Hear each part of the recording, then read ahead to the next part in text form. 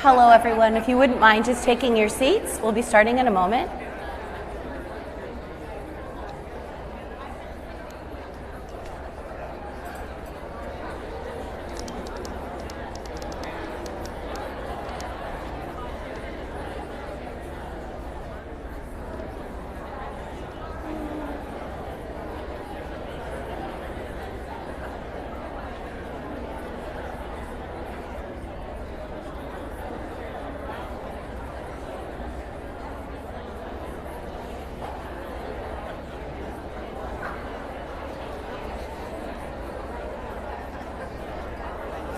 We'll be taking our seats.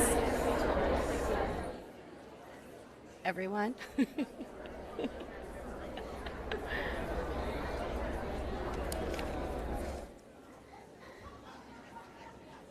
Thank you all for coming here today. I would like to introduce Kathy Harms, who will be beginning us with just a brief prayer. Kathy, please.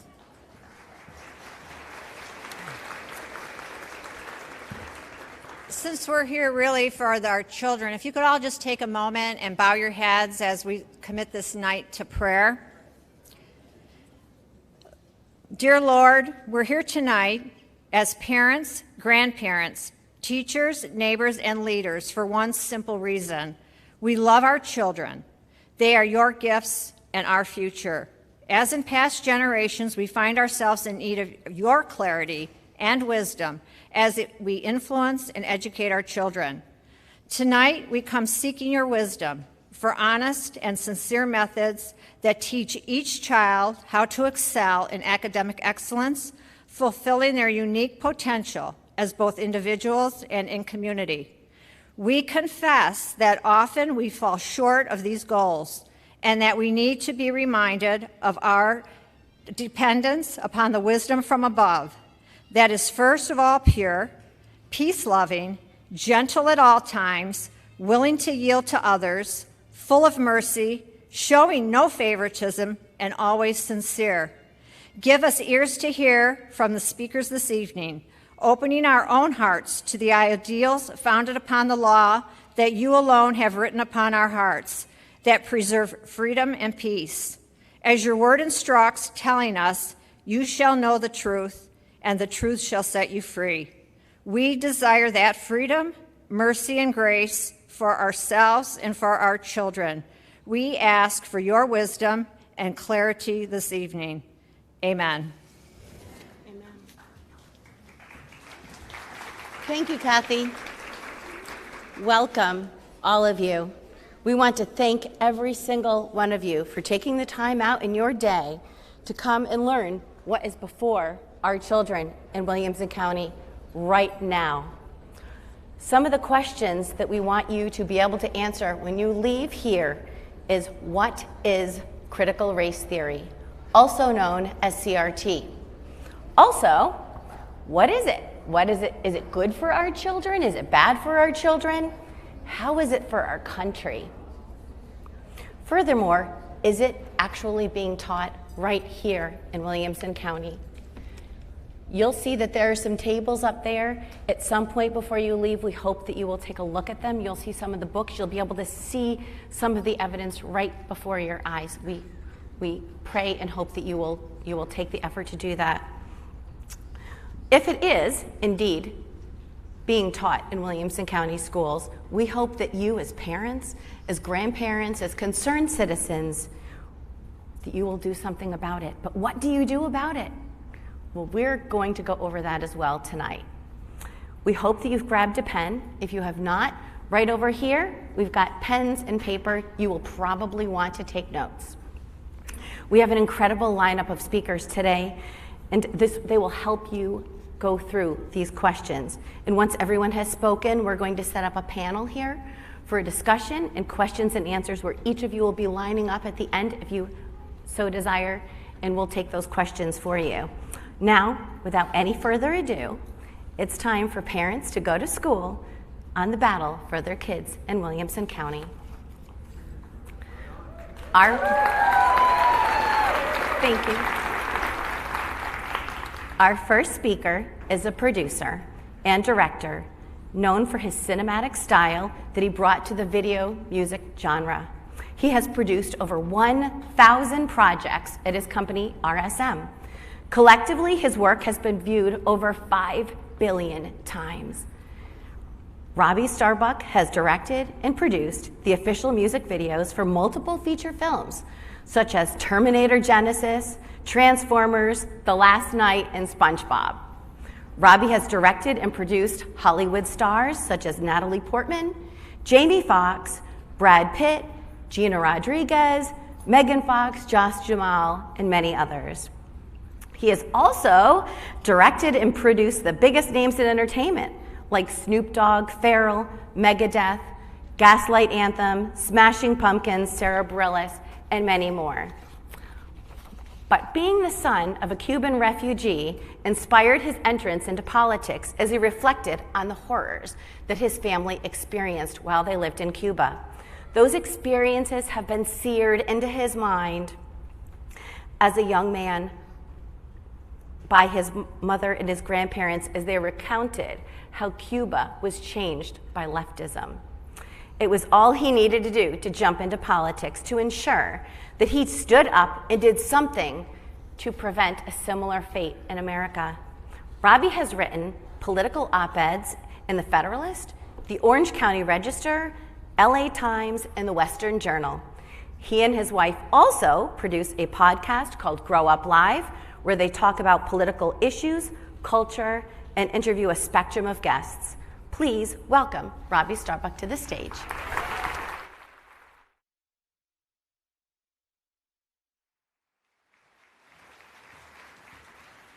Hi, guys. Here, I'm going to have to fix this. Hi, guys. I'm going to need to hire her as a hype man because that was an incredible intro. I'm going to have to make this, I'm a lot taller than her, so let's see. This might take me a second.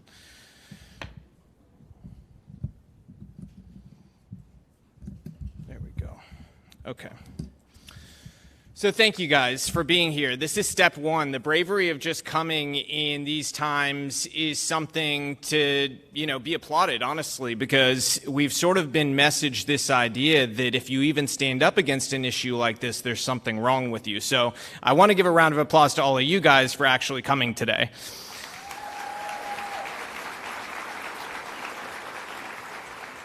So I feel like I don't need to do an intro because she did such a great one. I'll just dive right in. The goal of critical race theory is Marxism. It's what will appear to be a new type of racism in America, but it's really not new. This is something that is permeated in color revolutions and in Marxist revolutions all over the world, from China to Cuba to Venezuela. The list goes on.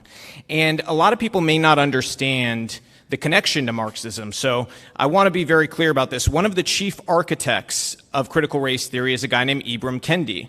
If you've never heard of him, you should look him up and read a little bit about him because he's one of the architects here. And I'm going to give you guys a quote from him. He said, "You cannot be anti-racist unless you are anti-capitalist." Okay, so that tells you right away the solution to this is the elimination of capitalism. And then one of the people he works with, Cheryl Harris, UCLA Law, she's another pioneer of critical race theory. She actually just recently said, property rights are a function of whiteness. To achieve equality, we need to dismantle whiteness and therefore dismantle property rights and then redistribute wealth. Okay? Does that sound like a good idea to you guys? Because it doesn't sound like a good idea to me. In fact, it sounds like exactly what my family fled in Cuba. And I'm telling you right now, one of the biggest problems in Cuba was that there were not enough willing people to show up, stand up and say, this is wrong. We're willing to ruffle feathers. We are willing to be unpopular. We are willing for you not to like me, but I'm standing up for what's right. What you guys have going for you is that we actually have some polling to back this up, that 75% of parents in America oppose critical race theory. Okay? It's the silence that's killing us. So we need to stop being silent and not be afraid to speak up about this. I want to tell you guys a little bit about my own kids' experience, because as a dad, honestly, I think that's the area where I feel most qualified to comment on this, because I met somebody in here who sort of had a similar story where their family fled another state. I call it the People's Republic of California. And there, when my kids went to school, this started to pop up. In California, it's always about 5 to 7 years ahead in terms of what social issue is going to be pushed. And so they started pushing this years ago, and when we really recognized it was a problem was they brought a speaker into the school, to our oldest daughter's school. She was in 4th grade at the time, and the speaker spoke to all the elementary school students and told them that they have white privilege and that they're inherently, they owe something for these immutable characteristics they were born with. He also told them they can't sit together unless a minority is present because it may be an unconscious bias, but it is racism, okay? I looked this guy up afterwards to find out he organized Antifa rallies. And I'm being literal here, organized Los Angeles Antifa rallies. So I went to the school, and the school said, there's nothing we can do about this. That started to become the overwhelming answer with every new element of critical race theory that was pushed. So naturally, as good parents, we pull our kids out of school, and we move to Tennessee, okay? Like any good parent would.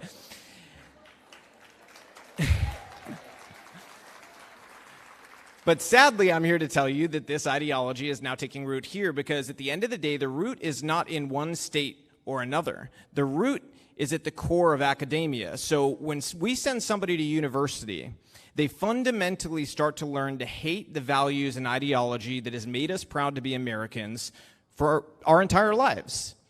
And so when their message that Marxism is the solution to all the perceived problems that their professors bring up, they start to believe it. And then they end up in a classroom with your child, educating them and teaching them about life. Your child spends more time in many cases with their teacher who may have this ideology than they do with you. That should scare you.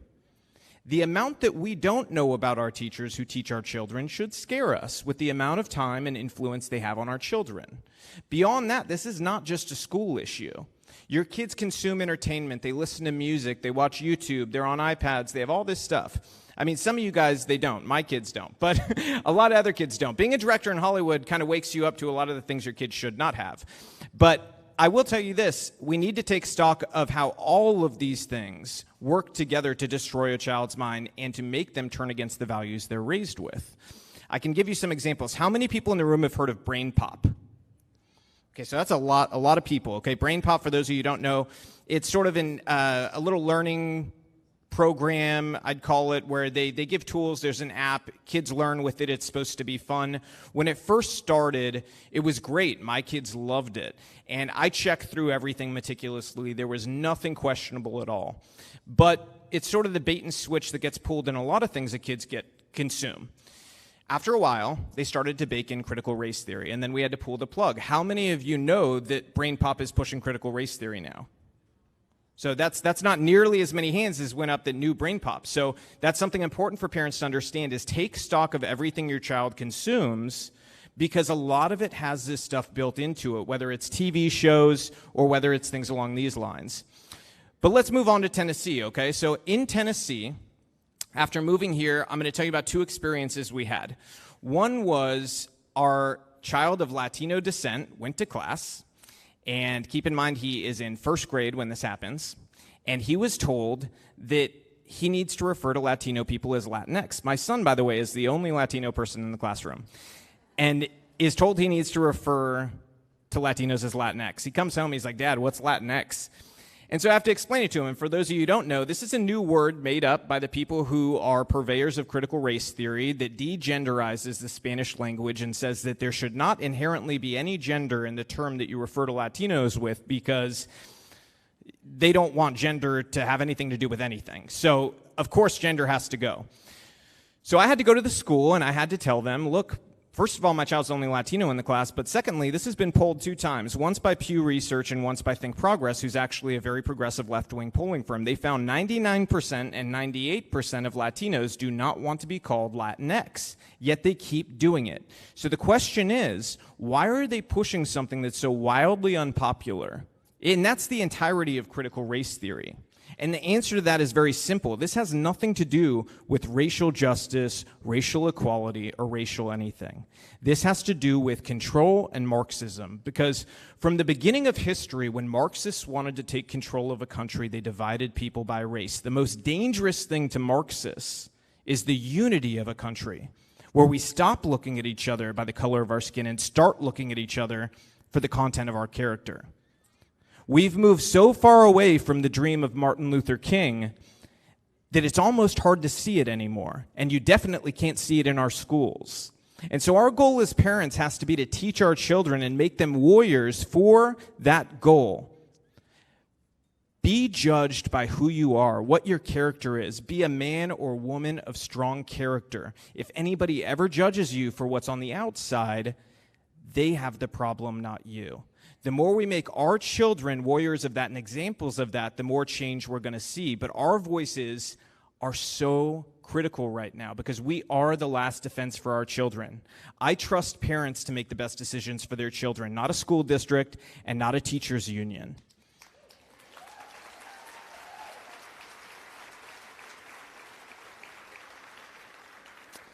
And I want to make very clear, there's some parents here who don't have kids in public school. This is not just a public school problem. This is a private school problem too, okay? A lot of the private schools here in Tennessee belong to an organization called NAIS, okay? NAIS started a new conference called the People of Color Conference, okay, that they started doing a couple years ago. And their most recent conference had 2 panels on it. One of the panels was No More White Boys Behaving Badly, and the other panel was No More White Tears. Okay? These are panels that were attended by a large number of educators that teach here in this county. You deserve to know which teachers went to that and if they believe that ideology, but you're not getting those answers. And that's why one of the things we need to propose and one of the things we need to push for, and this is going to be one of the action items I ask you guys to get behind today, is reach out to your legislators and tell them, if you may have heard, we have a critical race theory bill in our legislature right now, but there's a problem with it. It doesn't have real teeth for enforcement. We need a parental reporting ability within this law that allows you as a parent to report when there's a violation of the law, whether it's violating political neutrality or whether it's violating critical race theory rules.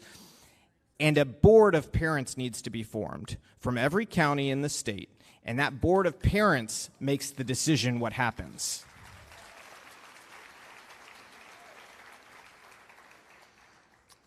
Now, in these circles, you have to understand that it doesn't end here. This is all associated to other political issues. I touched on gender, but the economic issues are another one. And those are other things I need you guys as parents to look out for in your schools. And if you see them, make sure that you give tips to Moms for Liberty or to me. Anybody can reach out to me on social media at Robby Starbuck. My DMs are always open, and we will help you expose what's going on in these schools, because at the end of the day, if we don't do that, if we don't go that extra mile, this problem isn't going to get solved.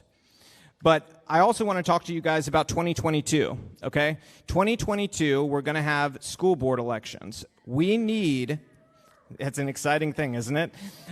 We need you guys involved on every level with this.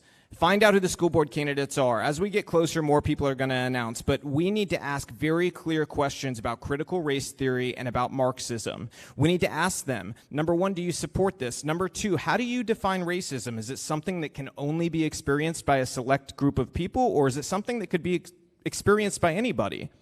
And then we need to also ask them, are you supportive of teaching about Marxist atrocities in school? Because our children deserve to be educated on the murder, the systematic murder of people who lived in Marxist countries.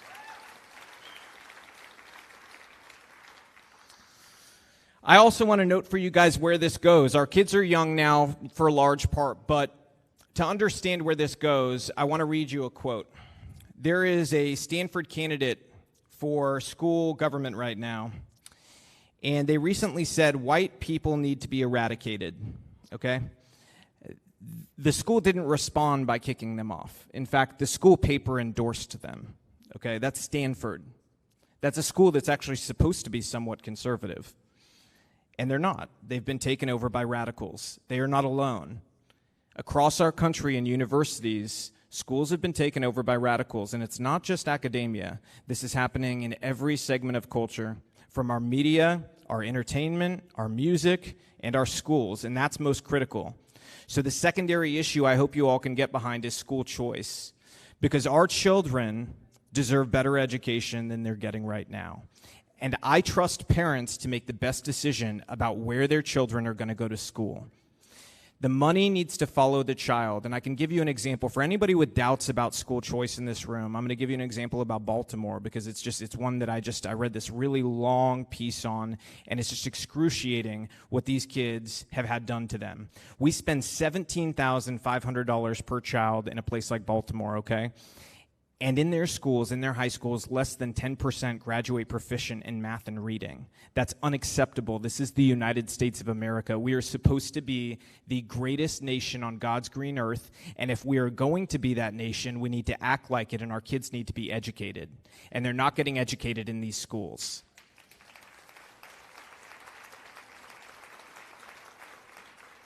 So again, in 2022, that's an issue I need you guys to back us up on. School choice is critical. Our school boards are critical. We need you to use your voices at your own schools. I need you to talk to your principals. I need you to talk to your children's teachers. And you're going to have to do what too many people didn't do during other revolutions. You're going to have to ask hard questions and feel uncomfortable doing it. You're going to have to ask them, how do you define racism? Are you supportive of critical race theory? Are you teaching our kids about all of world history, about all the atrocities that happened, so that they learn and so that human beings never commit the same genocides ever again that we have already seen too many times in history? We need to ask the hard questions. And so I believe your guys being here today is a good sign that you guys are ready to ask those questions. And that's why I want to end by thanking you guys. Thank you for being here, because too many people are afraid, and you guys weren't afraid. You guys are ready to go out and fight this issue. You are the warriors that your children need, and I'm ready to see you guys on the battlefield.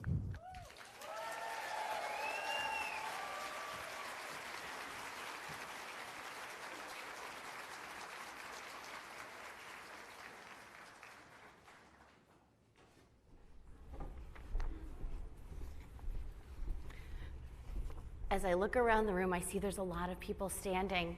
You can sit if you want. In fact, if people want to raise their hands and maybe scooch over so people standing don't have to stand, we have lots of spots in the front, because everyone wants to sit in the front, right? Everyone in the back happy standing in the back? Okay. Our next speaker is Dr. Wenyen Wu. Dr. Wu is the Executive Director of the Californians for Equal Rights Foundation, a nonpartisan and nonprofit organization dedicated to the cause of equal rights. Dr. Wu previously served as the Executive Director of the No on 16 campaign. Prior to that, she was Director of the Administration for Asian American Coalition, otherwise known as the AACE. She holds a PhD in International Studies from the University of Miami and has authored a book titled Chinese Oil Enterprises in Latin America, Corporate Social Responsibility. In her official capacity, Dr. Wu has been interviewed by the Wall Street Journal, French Le Figaro, the Epoch Times, NBC News, NPR Boston, the Boston Globe, Quartz, EdSource, Inside Higher Ed, College Fix, and other prominent news sources. As a writer, she has been published in the Cal Matters, Orange County Register, and Oil Price, among other outlets.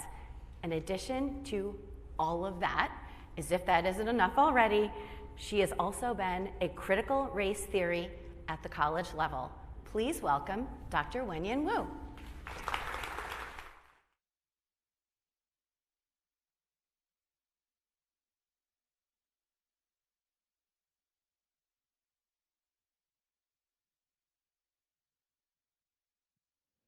I'm a little vertically challenged, so just give me a sec to get settled in. Good afternoon, fellow moms and fellow Americans. How are we doing today?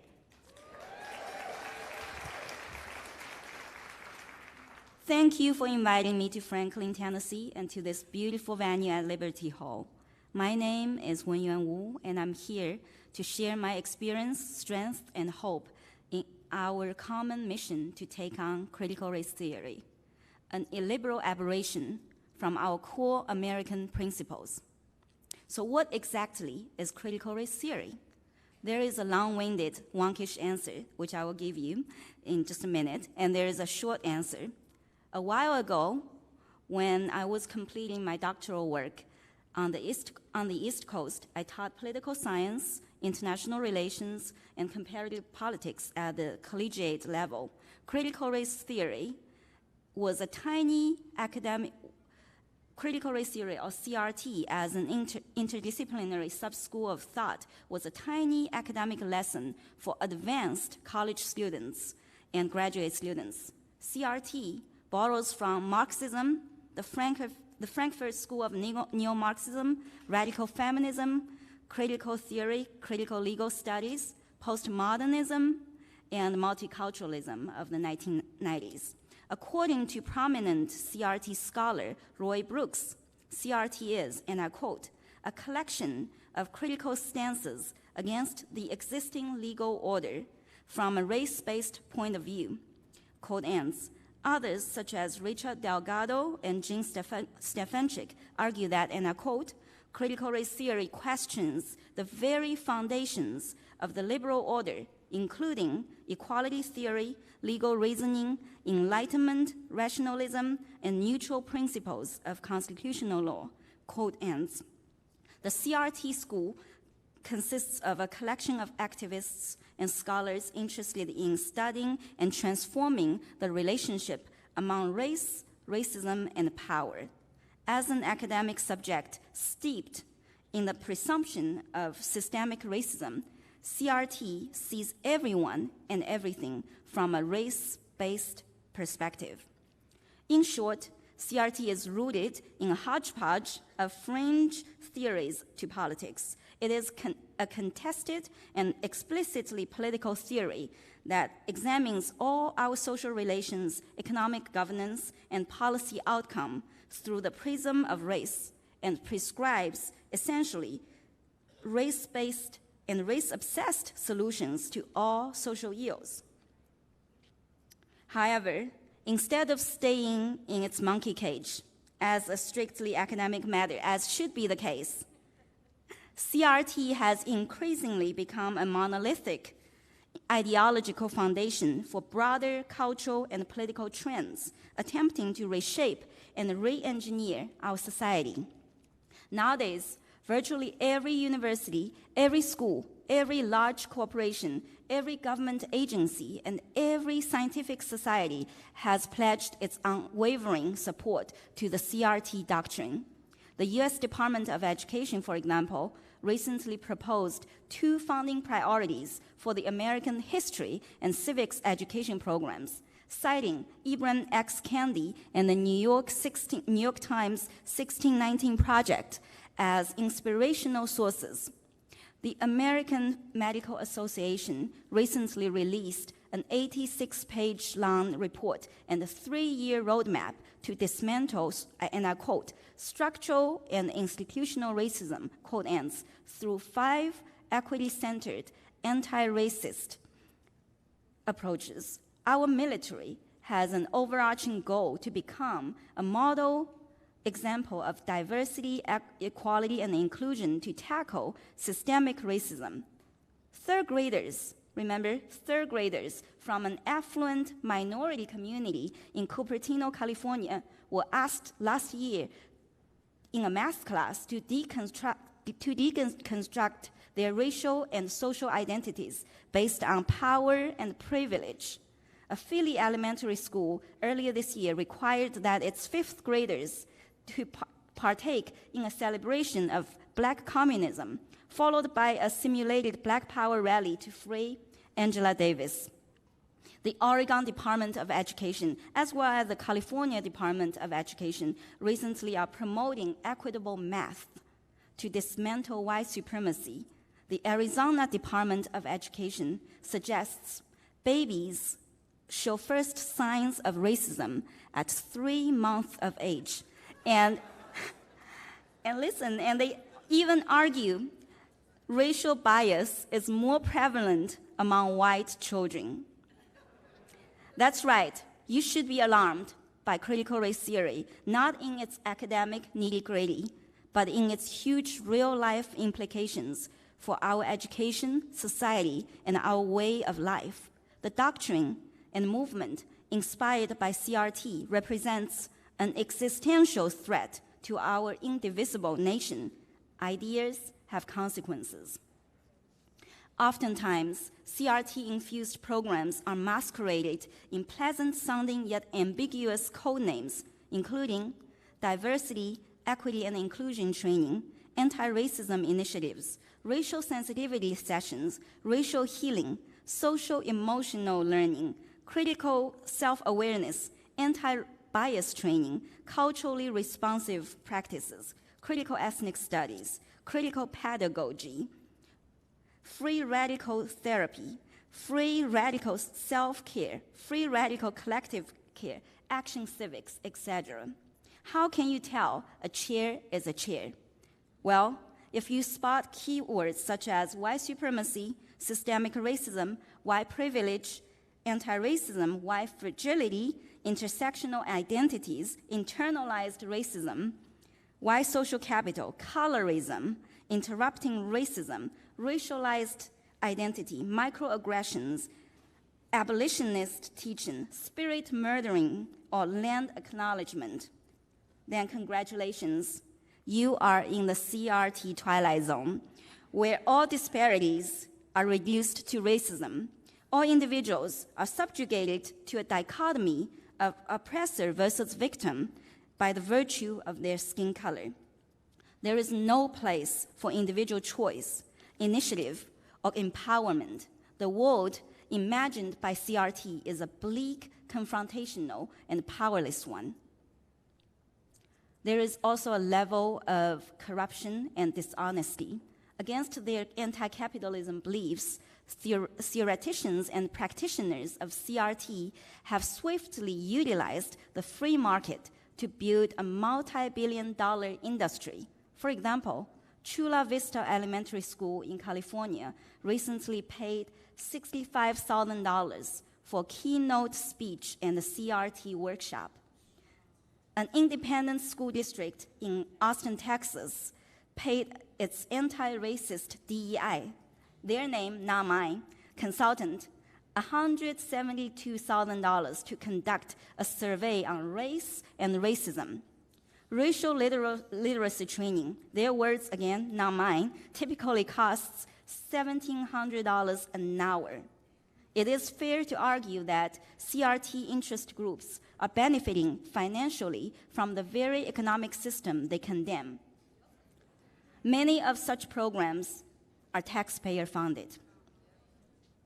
But if you fear you're powerless against this monstrosity, I beg you to think again. Just as CRT proponents and its snake oil salesmen have a multitude of trickeries to infuse the doctrine into our public life, we, the people, have an abundance of channels and strategies to push back. Remember, the counterinsurgency against CRT is a growing organic movement that is unifying Americans of vastly different racial, ethnic, and socioeconomic backgrounds. Your coalition here is a strong example.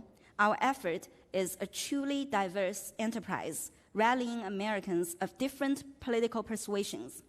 Don't allow the other side to smear us as a merely right-wing battlefront. It is not true. Fighting CRT is an intensely moral issue. Don't let them tell us otherwise.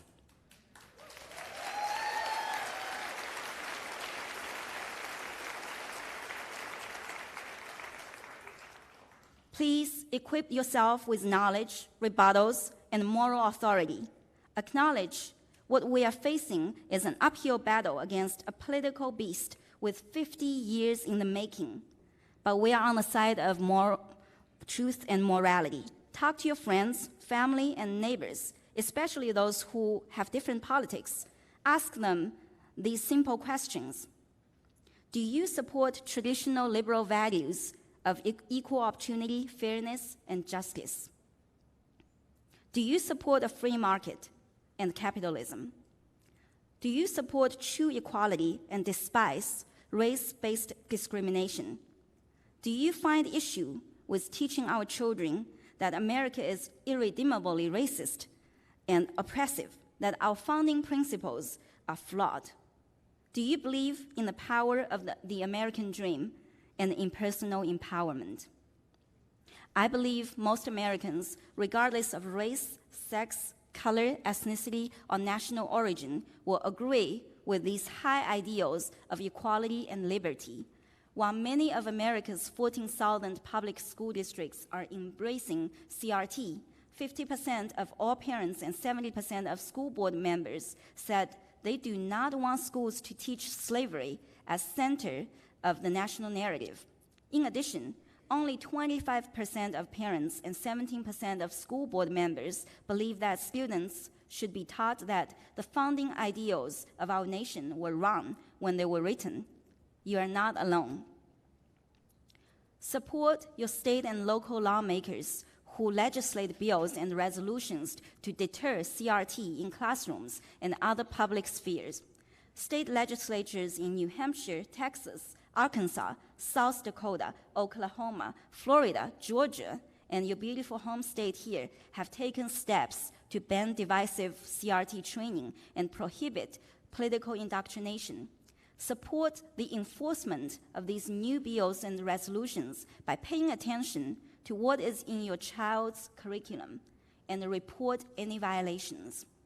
Fiercely engage in local governance. Education is still by and large a local matter. Participate in local school board meetings. Write to teachers and school administrators. Join local PTAs. With every chance you get, champion our message of unity and demand equal treatment, transparency, and balanced school materials. If your local school boards, PTAs, or other authorities decide to pool our precious public resources to indoctrinate rather than educate, vote them out.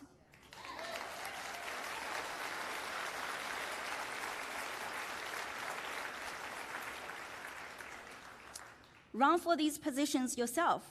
Recently, in Southlake, Texas, a county that overwhelmingly voted Biden last year, 70% of the electorate voted for 4 anti-CRT candidates, including 2 school board positions, 2 city council seats, and mayor. We can replicate their success.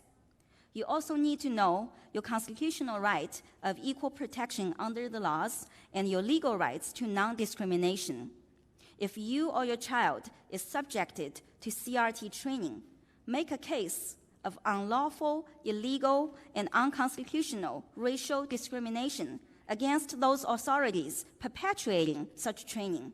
You can file a civil rights complaint, you can challenge these practices in the court of law, and you can help mobilize and grow our opposition by exposing the other side's blatant corruption and corrosive activities.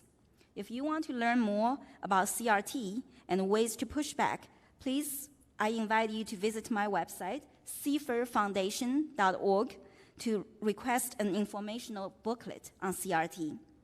At the end of the day, the American ideal that one should not be judged by race is a universal truth that transcends this political fad of critical race theory. Let's rally around what's right and act as one, because our common destiny as Americans is greater than our hyphenated identities. Don't divide us.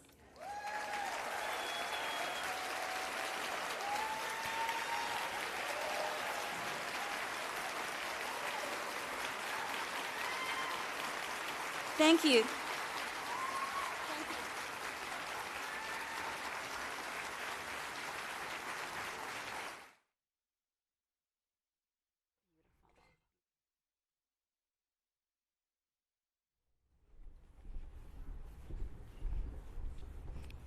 Thank you so much, Dr. Wu. Next, we have a Williamson County mom.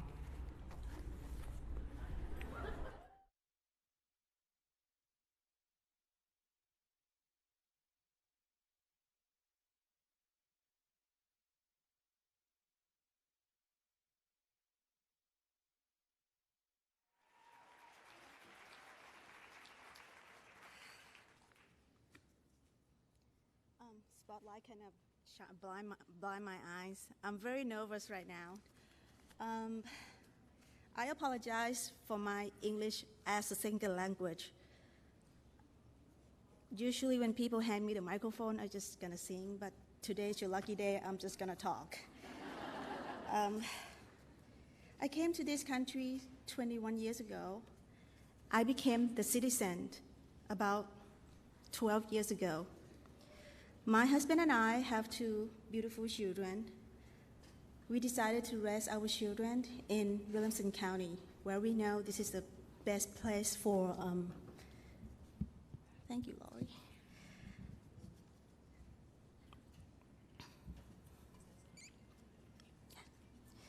Ooh, I'm nervous. Let me start again. I have two beautiful children. We are a biracial family, and we decided to raise our children in Williamson County, where we know is one of the best school districts in the country. This year has been difficult, to say the least. I decided to keep my children at home. We do online school because of our family health issues, so we kept them at home. My oldest son he's very independent. I don't have to worry much about him. But for my 7-year-old, he had a hard time, let alone just like typing, learning to use how to use a computer. So I decided to sit down with him and helping him. First semester was difficult. We struggled to follow the teacher and understand how to navigate the software of the school computer. ELA began with a story about lonely little yellow leaf who couldn't fall like the other leaf. Finally, he found a friend and they fell together. It was boring. It did nothing to engage my child to read. Then the story about the chameleon who changed color to fit in. Again, another boring story. My child has no interest in to read. Then we study about Native American and the buffalo. This story was sad. The buffalo almost extinct. It was killed. Native American were pushed to the west. And there's a story about an Indian girl who had to sacrifice her doll to get rain. Again, it's another sad, boring story. I couldn't engage him to read. We have to analyze all this story and write all this story. It's been weeks. So finally, the Christmas came. We were so excited. The school over. We have a wonderful Christmas break, and we're glad that it's done. But so we hope that the next semester he will do better. At least his typing is better, and his computer skill be better, and so do I. Next semester start with this wonderful story about Dr. King and his beautiful speech, "I Had a Dream." And that is the world that my son and I live in. The speech has changed our country, and we both enjoy the story. It is beautiful and uplifting story that united people in this country. Then we learn about Ruby Bridges, a brave little black girl who was the first black child who integrated to New Orleans public school. In the book, we read and saw the picture of this little black girl who walked to the school with the 3 marshals. In front of the school, there was this angry white mob holding sign, calling her name. They don't want her there. The story, we have to analyzing the story and read about it for weeks, focusing on angry white mob, protests, unjudged. So one day, I overheard the teacher asking my son, well, now you know I have a son, that how would you feel if you go to school that day like that? My son's reply was, I will be happy and cool because I'm going to school with the 3 hitmen. That was his reply to the teacher.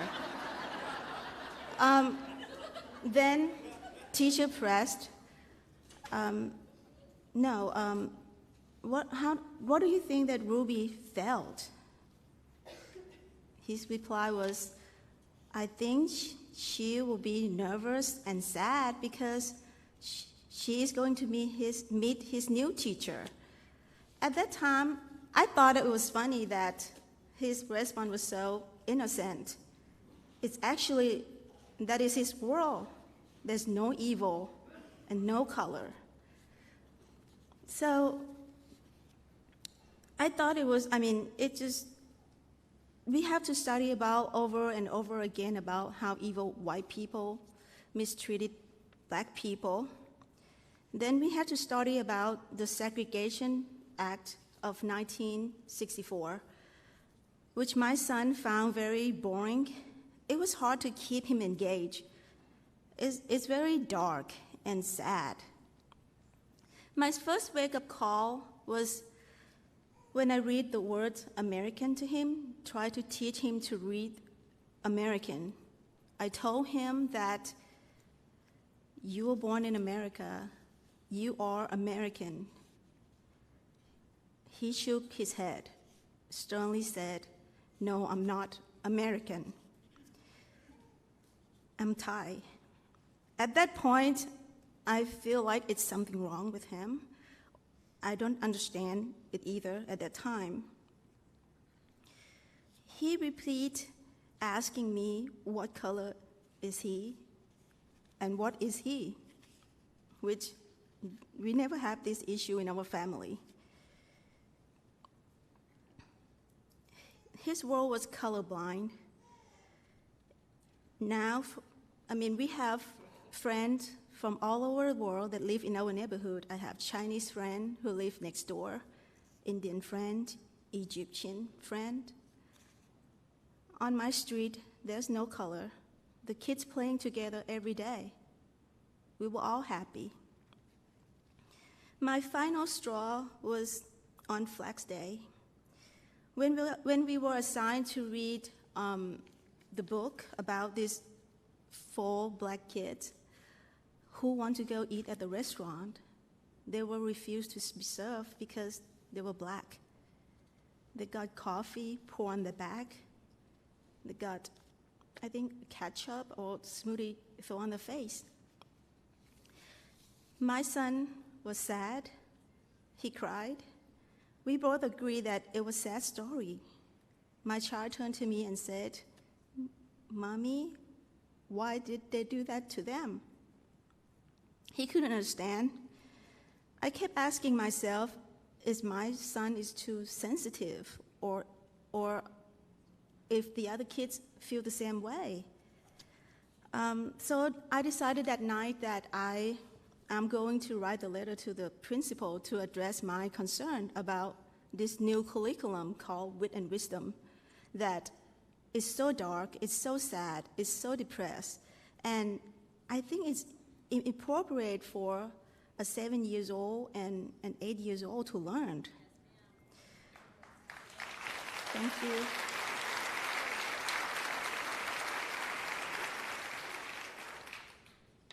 The next day, the principal called me right away, so I talked to her, and I was concerned about it, how it depressed my child. Week passed, nothing changed. Oh, she assured me that she will talk to the people, whoever above her, and but I heard nothing from her. Week passed, we still learning about the evil white people and victimize the black people. Then we began to read the story about this fireman who spray hosed these young kids who want to go shopping at this grocery store. In the book that we read was he spray hosed their clothes, ripped their clothes off, bruising their body, pushed them against the wall. That's what we spent days analyzing it and writing it, and we have to read a different viewpoints from the event. At that point, I sent another email to the principal, expressed my concern about this again, that it needs to stop. Because I thought that every week that passed by, I thought, okay, this is gonna be the last day, this is gonna be the last day. No, it's not stop. At the second email that I sent to the principal, I didn't hear from her. So I decided to find my kids, my son, new school. And finally, I found another school for him, which means he's gonna go to the new school next year. I thought that my problem was solved. I began to share my story with friends and asking them how they like their new curriculum. Is there any child like my son? I found out that a lot of friends, their kids came home and said that the school is boring.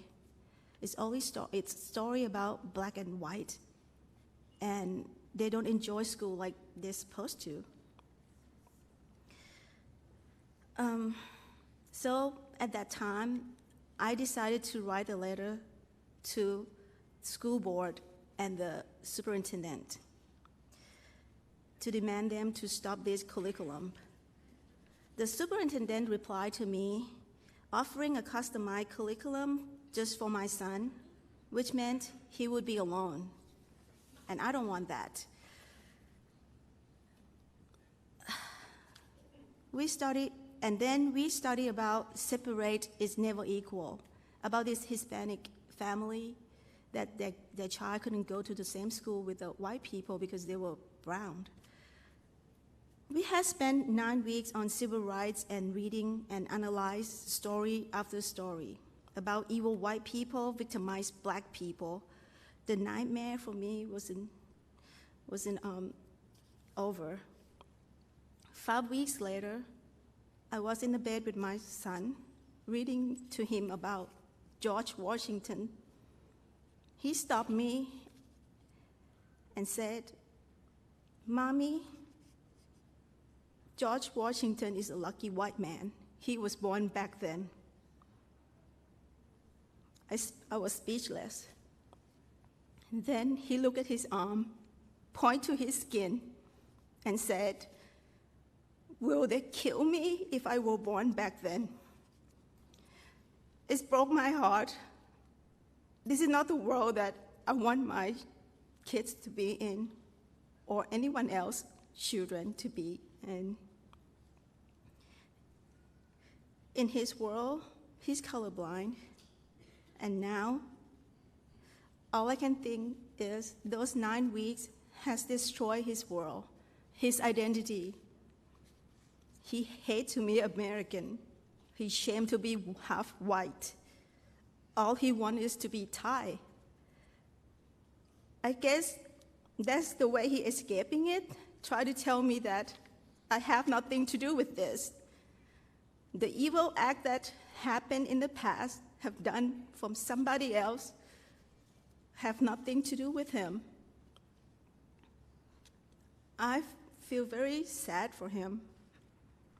And this is the reason why I am here today on this stage. Because I don't think this curriculum called Wit and Wisdom is appropriate for 7 and 8 years old. I wasn't trying to say that we shouldn't learn about it. The history is important. We all should learn about it when we are older. But when we are young, we could give them a beautiful story out there. When black people, white people, brown people We have the good story out there that we can work together. We have come so far. It doesn't have to start off this.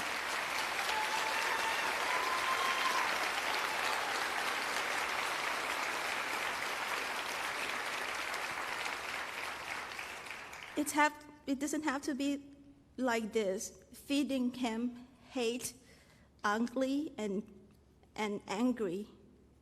I don't want it for my children. As a parent, I want to give them a better world. And I love this country. I don't want my kids to grow up and feel ashamed to be who he is.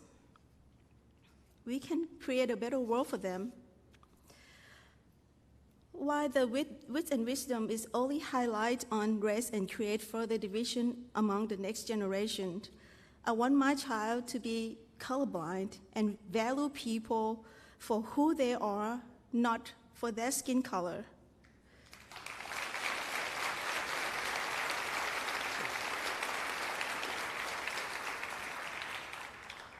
And he doesn't need to be guilty about his skin, or the other child should be ashamed of what their skin color is.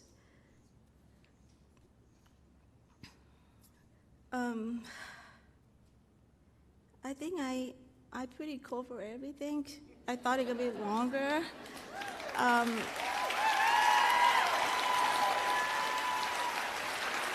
you.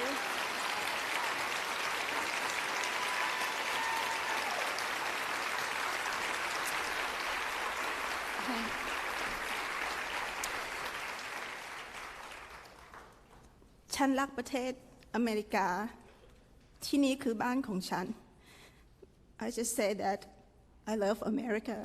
This is my home. Thank you.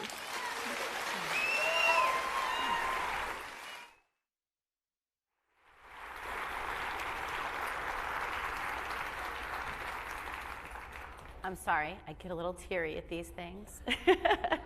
What a moving testimony. For more other personal testimonies, please visit the Dear Mr. Golden Instagram page. We also encourage you to submit your own personal testimonies if your child has been damaged by critical race theory or by teachers who have an agenda, like an activist teacher. You can also send those to dearmrgolden@protonmail.com.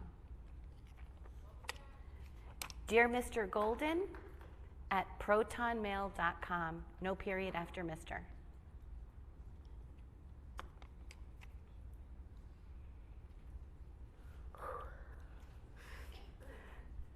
Our next speaker is Dr. Beth Meyers. She is an independent research consultant and education advocate. She has spent 30 years in education, 20 of which were as a public school teacher and an in-service developer and facilitator. She worked as a consultant in the development of a new private school in Louisiana, where she lived until 2019. She served 2 years as its superintendent and currently sits on its board of directors. She has traveled to Japan to study its education system. She has worked as a research intern in the U.S. Department of Education. She is also a contributing author of presentations covering issues such as teacher attrition, education information management, school board management, education policy, and political culture. Dr. Meyers received her doctorate from Southeastern Louisiana University, where she was awarded the Outstanding Dissertation Award for her research on the effects of political culture on education policy. She has worked with numerous legislators on education issues and helped draft a data transparency bill that was signed into Louisiana law in 2014. She is a strong advocate of classical education and parental rights. Please welcome Dr. Beth Meyers.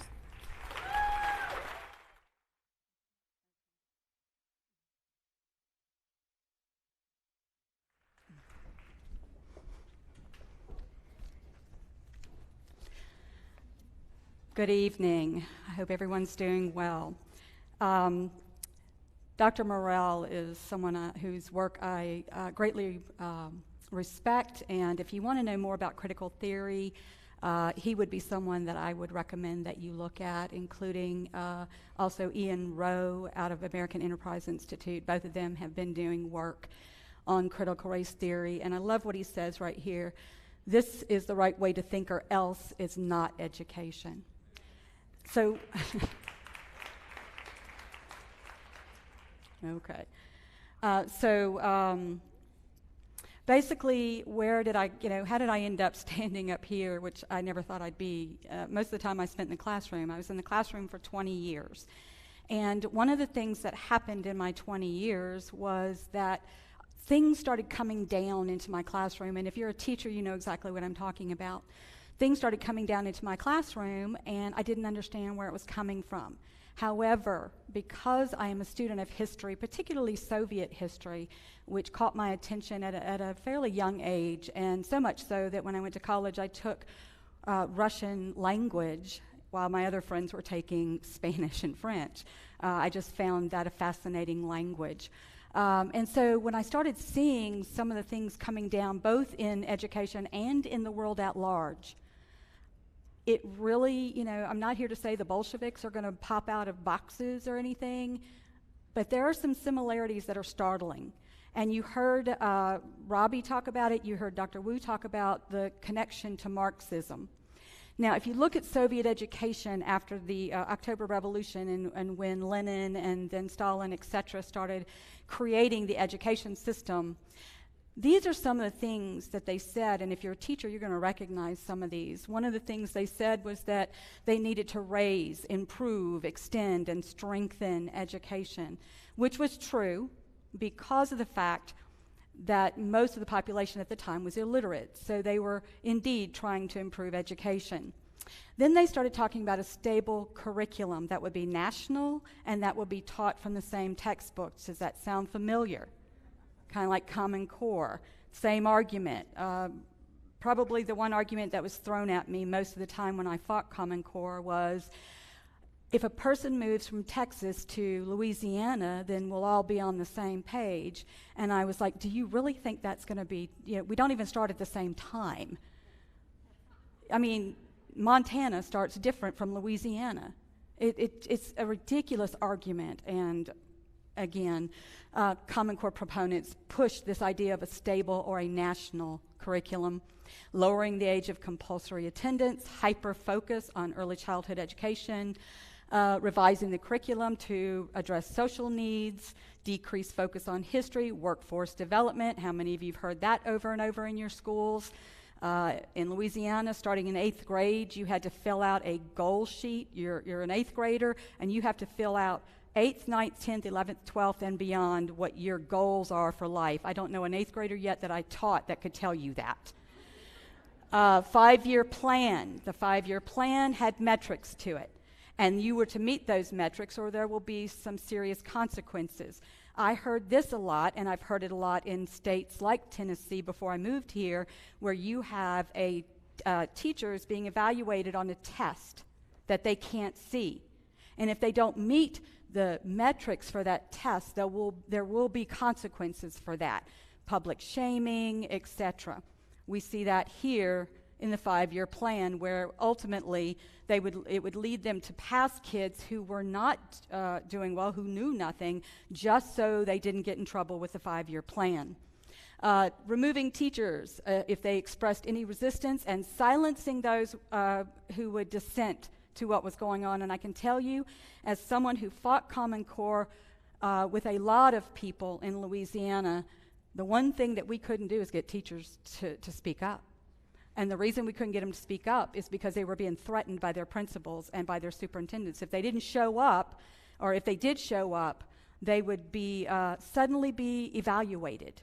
Suddenly the evaluations in their classrooms would begin to increase. And if you're a teacher, you know what that means. It means that they're looking to get rid of you. And so this, again, it looks very similar to what the Soviets did. Lowering expectations for the benefit of weaker students, called today leveling the playing field. Now, I want you to think about what leveling the playing field means. If you have a playing field and it's not level, how do you make it level? You shave off the parts that are what? That are higher. So when they talk about leveling the playing field, they are not talking about helping those kids who need help. If you wanted to help kids who needed help, you would quit making statewide mandates and target those areas that need the help. But what they do is they want the whole state to be under a specific kind of curriculum, or a specific this or a specific that, especially in Louisiana. Tennessee's a little bit different. Louisiana, from its inception, has been a top-down state. That's why it was so easy for the people who supported Common Core, like Bill Gates, Eli Broad, and all of them, to come into Louisiana, because it was already a top-down state. Districts took their marching orders from the State Department of Education. Oh, they said they had local control, but in reality they did not. And ultimately the Soviets, the way in which they created their classrooms and their education system, there was a significant lack of respect for teachers and the teaching profession. And I know that she spoke that I went over to Japan. I was one of 50 people who were selected among the nation to go for a 2-week educational study, if you will, where I was allowed to go to elementary schools and middle schools and high schools. I even got to go to Toyota High School. They have a Toyota High School, which was really cool, by the way, very high tech. But it was teaching the kids of the parents who worked for Toyota how to begin to move into those positions. So they learned all about, they had a whole area where they would learn about painting cars, and how they would learn about exhaust and all of those things. And so as I was there, I was walking through an area, and a lady came up and asked my interpreter. She said, "Who is she?" Because I'm one of those kids y'all have in the classroom who wanders. Okay, I'm looking around at all of the things because I'm a history person, I'm looking at all the historical stuff. And this little old lady, and there's even a picture of us in the newspaper because it got submitted to the newspaper. But she's a little old lady, and she's bent over. And she comes up and she asked my translator, and she said, "Oh, she's a teacher from America." And the first thing that lady did was, "Sensei." I got more respect in a foreign country for my profession than I did in the one that I lived in. That should tell you something about the state of education. So these are the things that happened in the Soviet Union. These are the changes that began to happen, and you can see that they're very similar to what's going on here. So when we say that we're waving a little flag going, there's some problems here, that we're telling you that there's some problems here. And so I started looking at these things, and I began remembering the underlying philosophy behind this education system. And it's called Homo Sovieticus, the new Soviet man. It was an idea that in order to get the population to agree to this new regime, you had to change how they thought. And the way to do that was through education. So they began to change their education system to focus on psychological and didactical approaches. Didactical meaning that the lessons come, educational lessons came with a moral lesson, that they were teaching them something. And then they started talking about whether they had correct mental phenomenon, did they think right? And then this idea that they must be removed from their family, from the influence of their family. They need to remove them. They need to nationalize them. And one of the things that I hear often, especially from people like Mark Tucker, is that we need a national education system. You will hear that a lot. We need a national. Think about what would happen if they nationalized it. How far away would it be from you? All the decision making. And then they talked about the human relations, and I need you to really hone in on this bottom one, because this is going to be what you're going to see through the rest of this presentation. When they talk about social revolution, and please understand something, this is not hyperbole. If you look at what they say, they tell you they want a social revolution.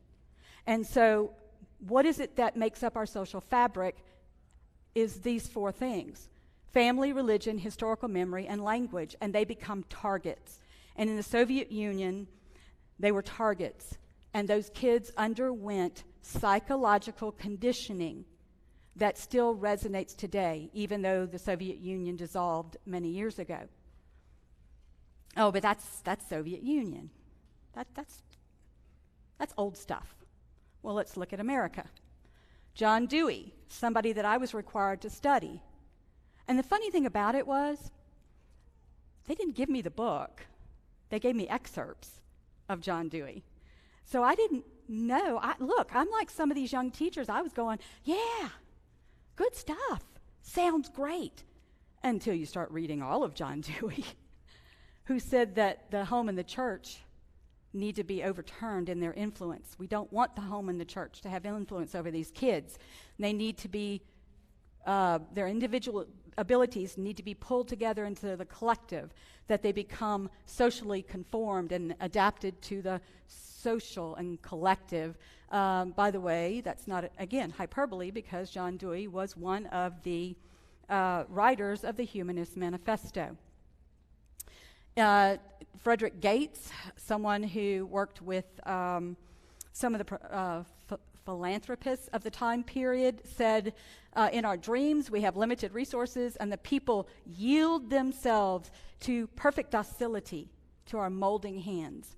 If you go look at Russian history, one of the things that one of the education people said was that children were like wax in their hands. Do you see the similarities there?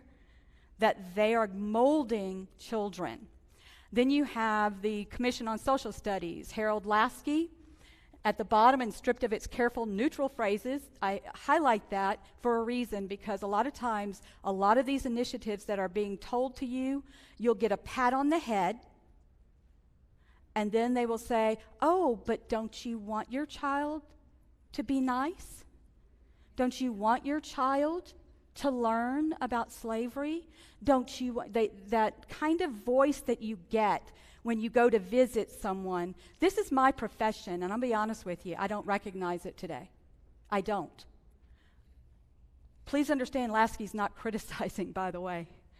He's praising the fact that this was an agenda for socialist America, which, by the way, led to a flood of textbooks. A few more items here. These are people who, again, this is all in America. This is not the Soviet Union. These are people, Harvard University, Dr. Chester here, that we need to use education to reorganize the thoughts, attitudes, and feelings of children. You've got the whole child philosophy from the 1950s, which is raising its head again in Tennessee, that we're going to focus on fixed beliefs, changing fixed beliefs. You have, oh, well, that's old stuff. Okay, the 2030 framework. This is the 2030 framework from the OECD. Skills, attitudes, and values that shape human behavior ought to be rethought, and we need to counter discriminatory behaviors picked up at school and in the family. Again, sounds just like when I started hearing this stuff, I'm like, I feel like I'm reading socialist history again. I feel like I'm reading the Soviet books again. This is America that they're talking about here. So what is it that's going on? And I'm not going to spend a lot of time here because Robbie and Dr. Wu, both of them covered this pretty well. Ultimately, I want you to understand something, is that CRT is part of the critical theory studies. And they gave you all that information. But what I want you to understand about that is that in critical theory, whether it's critical race theory, whether it's critical gender theory, critical feminist theory, postmodernism, the whole ism group, is a radical skepticism of meta-narratives. What does that mean? If you have an explanation for the world, they're skeptical of it. Now, scientists do that. They do it radically. In other words, they reject totally, without any cause, any thoughts that you have that are different from theirs. Okay? The idea of critical theory is that you are constantly and relentlessly critical of whatever it is that you don't like. Constantly, relentlessly critical. Think about it. How much of this stuff is coming down over and over and over and over, and it just seems to be never ending. One day, I was reading the newspaper the other day, and yes, I still get a newspaper because I'm old. And in that newspaper, there was an article from a young man out of California who decided to write an article about how automatic soap dispensers are racist. Anything and everything. And I get what he's saying. I get it. If you're making the soap dispenser, you should be considering all this. But was it racist or was it thoughtless? There's a difference. The tenets of critical race theory, very quickly, I'm going to run through this. Racism is normal. It's everywhere, in everything, and it's baked into our DNA. We cannot escape it any way, shape, form. That's one of the tenets. Number two, you're not going to fight racism unless you get, especially if you're a white person, you're not going to fight racism unless you're going to have a personal gain from it. That's called convergence theory. So therefore, a white person is never righteous. They're always doing it for self-interest. Number four is anti-liberal, and they talk to you about that. It's anti-American, it's anti-Constitution, anti-Declaration of Independence, etc. The fourth one is the key, because that's where education falls. Fourth one is the key. Knowledge is socially constructed, and storytelling and narratives become the way in which knowledge is produced, not scientific method and reasoning. Now, understand what that means. It means if I tell you a story, how many of you have kids that told you stories? And I mean real stories. I mean, I had 4 boys, and everything in my house has been broken at one time or another. What do you think happens when I come in and something's broken? I'm going to get a story, but am I going to get the truth? The problem with postmodernism, critical theory, etc., is that there is no objective truth. That becomes very important to understanding what you're seeing in the classroom and how they're being taught. In their own words, now here's the thing. This particular book right here, I'd recommend you get it and read it, because this is what they're using in the colleges of education to educate teachers. It's used in multiple colleges. It shows up all over the place. And they tell you themselves in their own book that they base their work on critical theory. Remember, critical theory. A relentless look at problems continually. Continual, all the time. Do you really think you can solve problems if you always look at them all the time and complain about them all the time? You can't. You can't solve a problem unless you identify the problem and then identify solutions to that problem. That's the way, America's been. I mean, think about it. A lot of our discoveries, the discoveries in this country, were based on somebody looking at it going, I think I can do better. Or, I wonder how I can fix this problem. And then they do. That's not what critical race theory or critical theory or postmodernism is about. It's about a relentless criticism of everything. Again, tells you in your own words. This is Sensoi and D'Angelo telling you in their own words that they use critical theory approach. Again, relentless criticism of everything.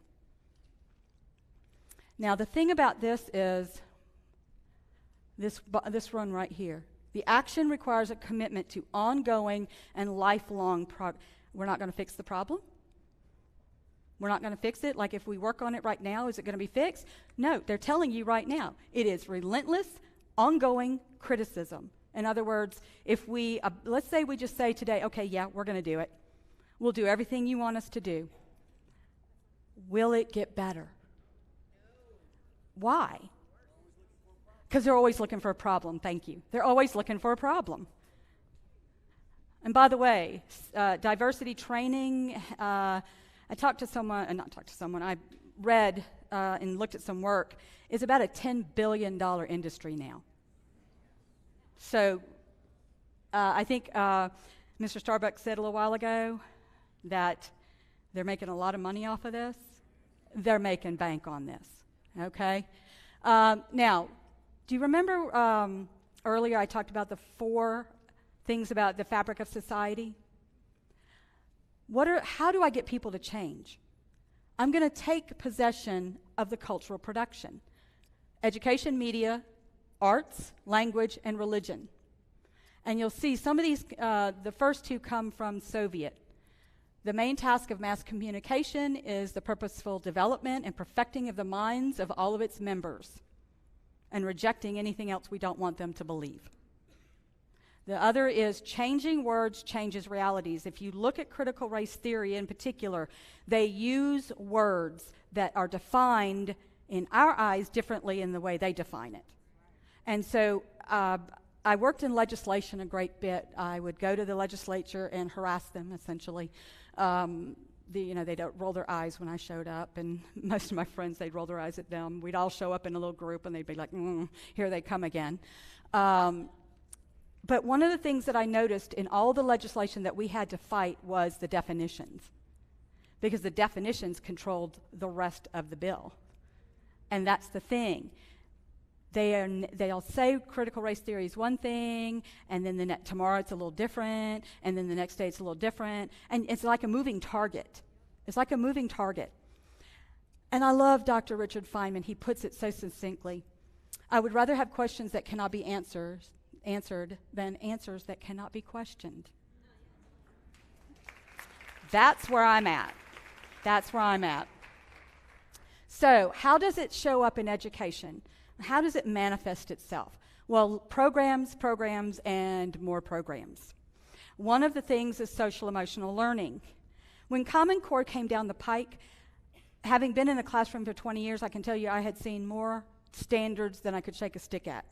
One of the things that they never answer the question of is, can you give me an independent body of research that shows that a set of standards is positively correlated to student achievement?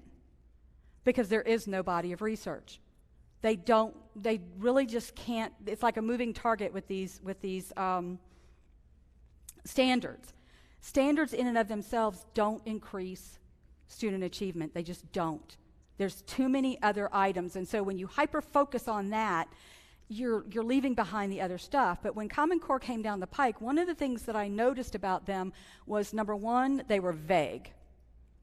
They were jargon-riddled, like deliberately attempting to keep people from understanding it. I cannot tell you how many times that I talked to teachers during this time period where they had to go to a session to unpack a standard. You have to unpack a standard? Then rewrite it. Because if you have to unpack a standard, then you've done something to that standard that's a really, really bad or really stupid. I like one of the standards that I read in second grade, I think it was. And the standard was, at the end of the year, basically I'm going to take all the jargon out. At the end of the year, the students will be reading higher level books. And my response to that was, duh. I would hope so at the end of the year. One of my worst time in the legislature when someone had to hold my leg down was when a young lady, and God bless her, I hope she's better today than she was then. She got up there because we in Louisiana, like Tennessee, were fighting to have the standards taken out, et cetera, et cetera. She got up to the podium and she said, if you take away the standards, I don't know how I'm going to teach second grade math. And the guy next to me put his hand on my leg because I tensed up and was ready to like jump. And I was thinking, and I leaned over and I said these words. I said, if you can't teach basic math to second graders, get out of the classroom. I'm sorry. If you need a set of standards to do your job as a teacher, then we need to look at how you're educated. We need to look at how teachers are educated. And look, I am not condemning teachers. I was one. I am still one. But we need to get real about this. And so what is it? We have social emotional learning. Common Core stripped out content. That was what my concern was about. It stripped out traditional content, and you had these lists of these vague things showing up. And so what ended up happening was, with that stripped out, you end up with a doorway for all of this stuff to move in. And then you have data, and you have all these other safe school initiatives. We can talk about that forever, what happened in Parkland in Florida. I can talk to you all day about that. But what I want to do is I want to look at, number one, here's some language. And I'm going to have to kind of fly through this because I'm running out of time. But these are some of the things that you'll hear. Equity, which is different from equality. Make them, when they say equity, make them define it. Social justice, diversity and inclusion, culturally responsive teaching and learning. Go to your State Department of Education's website, type that word in and see what comes up. Social emotional learning, that is a big key. It changes education from knowledge-based to psychological-based. Notice here the head of CASEL, which is the head of the guru of social emotional learning, says that social emotional learning is a lever for equity and social justice. They're telling you. Before they told you, no, it's just to help little Johnny be a little better little boy.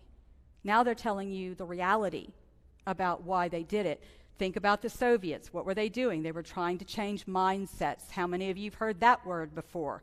Growth mindset in the classroom.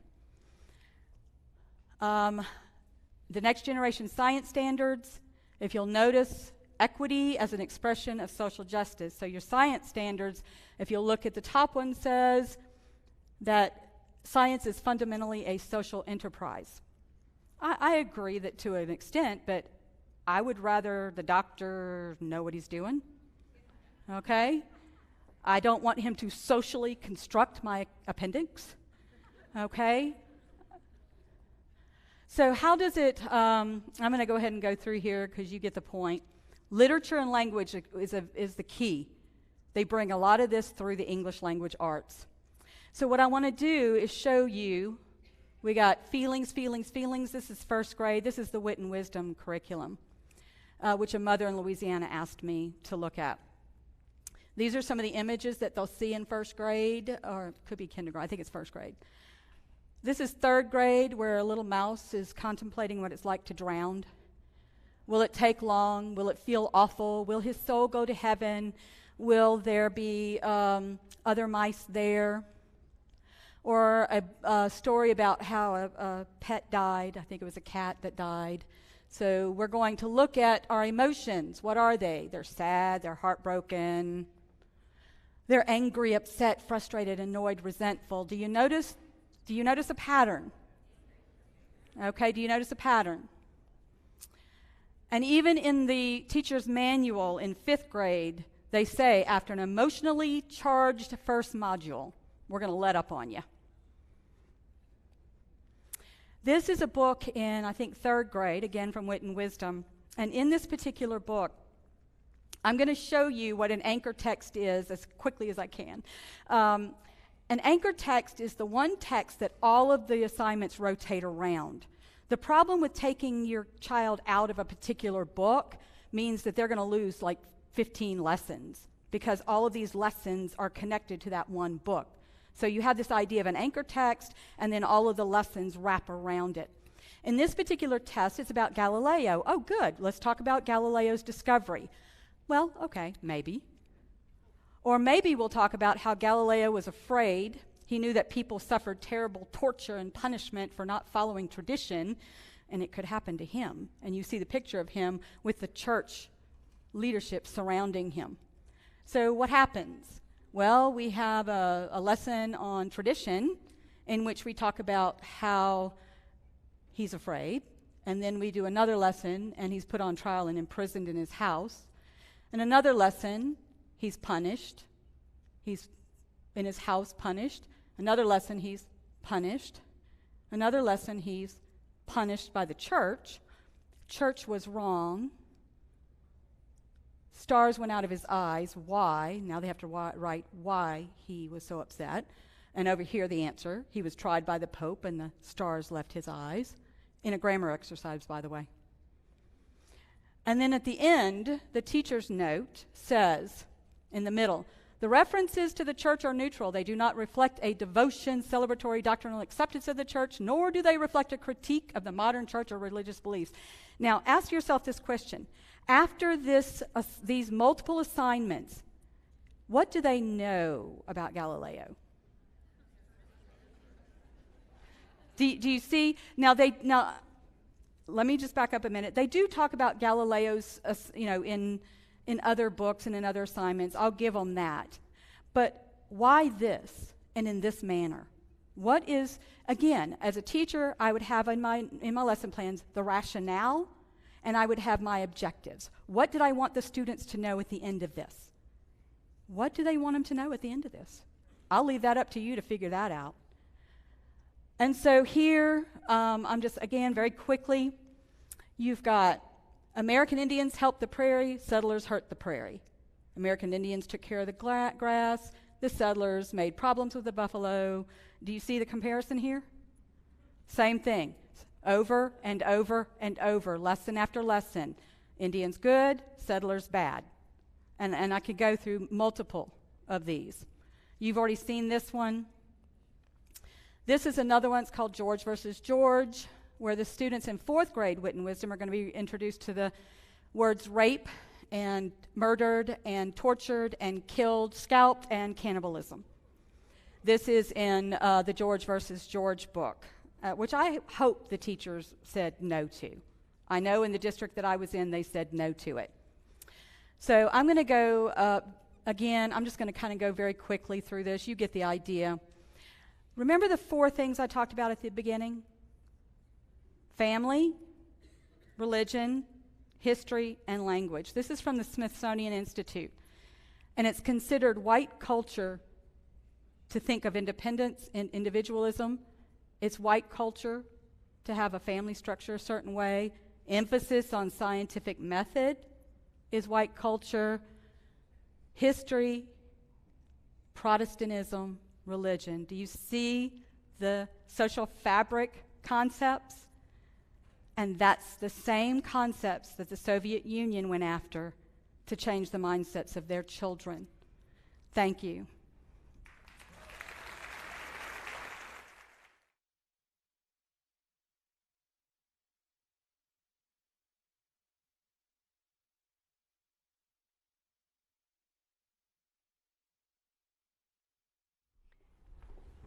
Thank you, Dr. Meyers. We have one more speaker, Dr. Gary Thompson. He is a doctor of clinical psychology who completed his undergrad education at the University of Utah in Salt Lake City and his doctorate in clinical psychology from Southern California.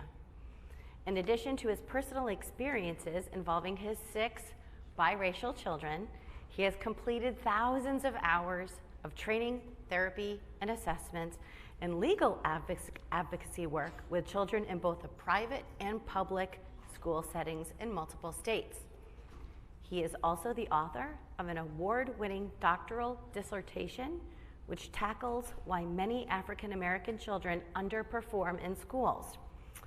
He is also an expert in psychological and educational testing, as well as privacy acts surrounding the use of these tests in both private and educational settings. Dr. Thompson currently serves on the USPIE Advisory Board. Thank you so much, Mr. Thompson, for joining us.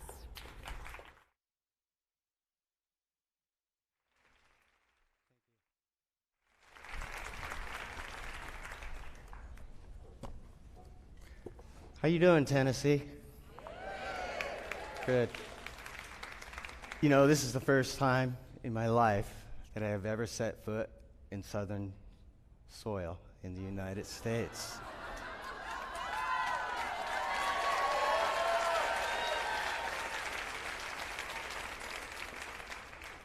Now, if you listen to CNN, Don Lemon, MSNBC, Rachel Maddow, or the like, and I'm sure all of you are subscribers, yeah. If you listen to them, and if I listen to some of the text messages that I got from concerned friends, some of them more on the leftist side, they were really concerned about my safety here. I mean, they really were. And so I was surprised to walk out on stage and there was nobody wearing KKK hoods. And for a group who the press has deemed white supremacists, you are the most friendly, nicest white supremacists that I've ever met. Thank you.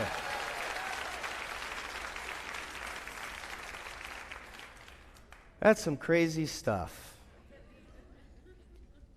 We're going to talk a little bit about crazy. I'm going to teach you a little bit, a couple minutes of some neuropsychology, the neuropsychology of crazy. And as we see here, sorry. The front part of the brain, that is your prefrontal cortex, that is responsible for valid thought, just common sense. And as you see down here, the amygdala, that is what is called, and you've all learned this in high school psychology, that is your fight or flight. And if you see my fist here, it's like a brain. This is the front of the brain. This would be the prefrontal cortex here. And underneath your brain is the amygdala, and it's actually the size of your thumb.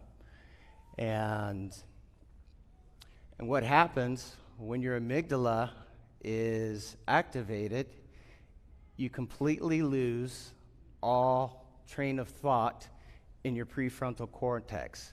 You cannot have rational thought. And so I call it the amygdala meltdown or breakdown. And it's when your amygdala speaks and it just blows up your prefrontal cortex, just and that is how crazy happens. And that is how crazy happens. Even, I mean, you can take this and probably save your marriage just by remembering this. Honey.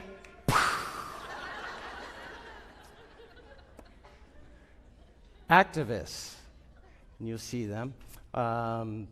In my own hometown in Salt Lake City, our president of the Black Lives Matter has a pretty strong hold over our educational system. And as mentioned before, I have 6 kids and 3 who are in the educational system. And she basically is the leader for all of these educational reforms that we're getting ready to see and that you may be seeing also. I just thought I wanted to play a clip from her and just give you a little idea of what I'm dealing with. I had no intention of getting involved in the critical race wars.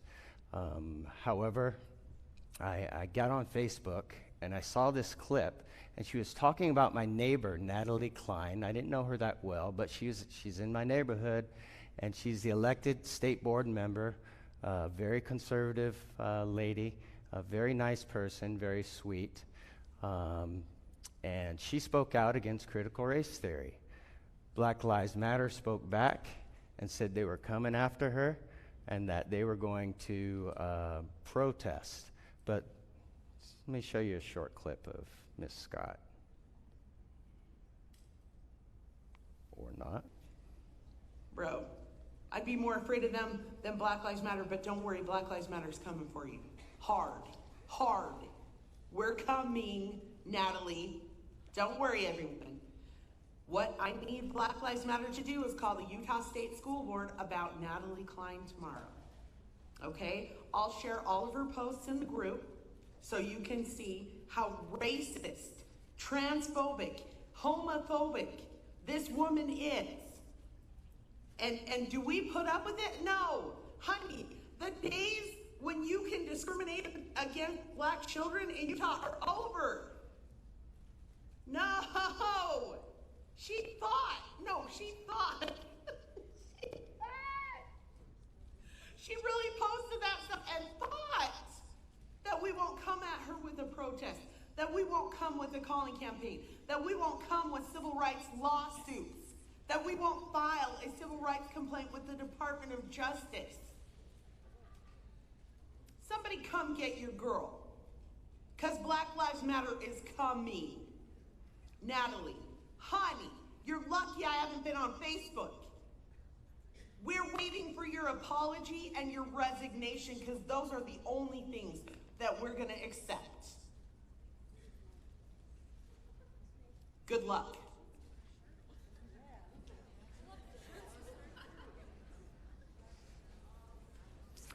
That was an example of amygdala meltdown. Theoretical foundations of CRT. Racism is assumed, and it's part of the Jedi mind trick. It cannot be debated. There's no debate whatsoever. There can be no self-criticism of it. CRT must be devoted to criticizing social institutions and not itself, from one of the founders, Derek Bell. And of course, you are oppressed if you're black, and you are the oppressor if you are white. They take a dim view of religion and the patriarchy, and it is viewed as part of the systemic problem within white culture. I attended the Coca-Cola's Robin DiAngelo's seminar on confronting racism, understanding what it means to be white. Now, I'm just going to stop right there. I mean, I'm looking at 200 white people here. I see, the average age here is probably about 35, 40. So I figured you had 40 years of experience to understand what it meant to be white, but you had to hear this in a seminar from Robin DiAngelo. And the first slide that came up was, folks, just be less white. Come on now. Just do it. To be less white is to be less oppressive, to be less arrogant, to be less certain, to be less defensive, to be less ignorant. You gotta be kidding me. Ignorant. To be more humble, listen, believe, break with apathy, and break with white solidarity.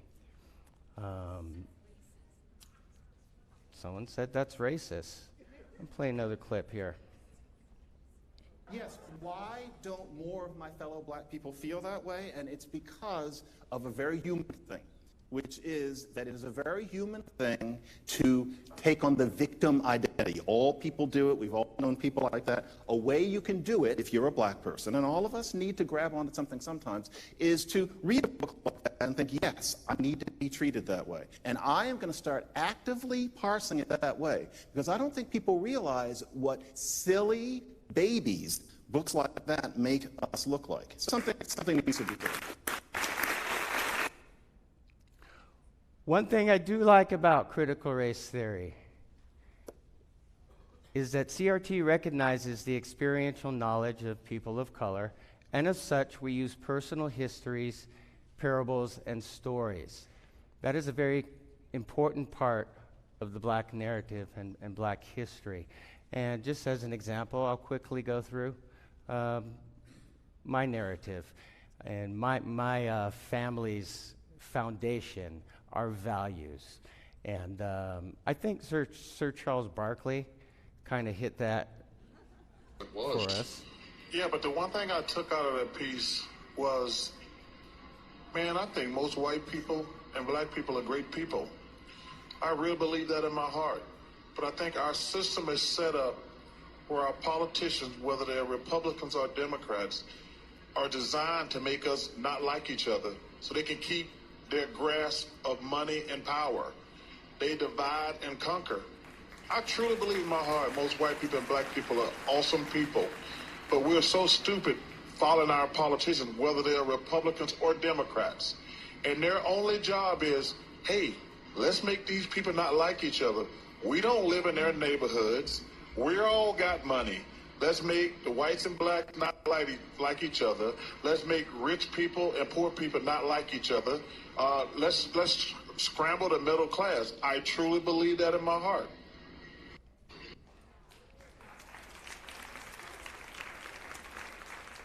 Chuck believes that, and so did my mom and dad.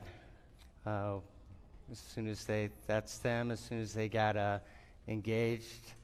And this is my grandmother and grandfather. They grew up in the coal mines in West Virginia.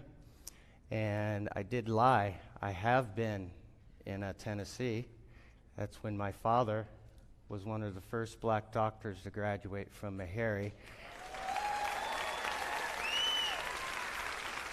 I was a fetus in my mother's womb, so I figured that didn't count.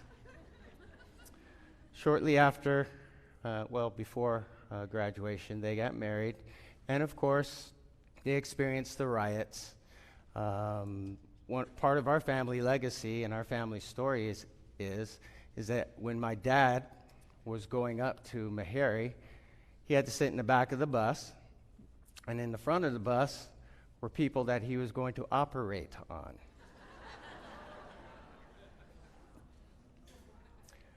My mom today is an extremely religious Christian. I think she's one of the sweetest people ever, and that is part of our family legacy, is peace and love and the gospel of Jesus Christ.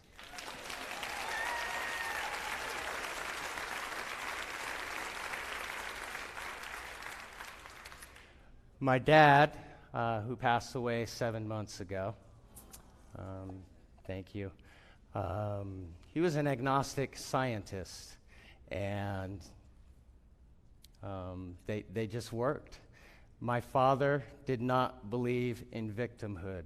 Somebody who rode on the back of the bus and then got off the bus to operate on people who oppressed him and still did not become a victim, worked his way through medical school, worked his way through residency. My mother also was one of the first nurses at Vanderbilt here in the 60s. And that's one of the reasons why I wanted to come back. I wanted to feel my dad's spirit here.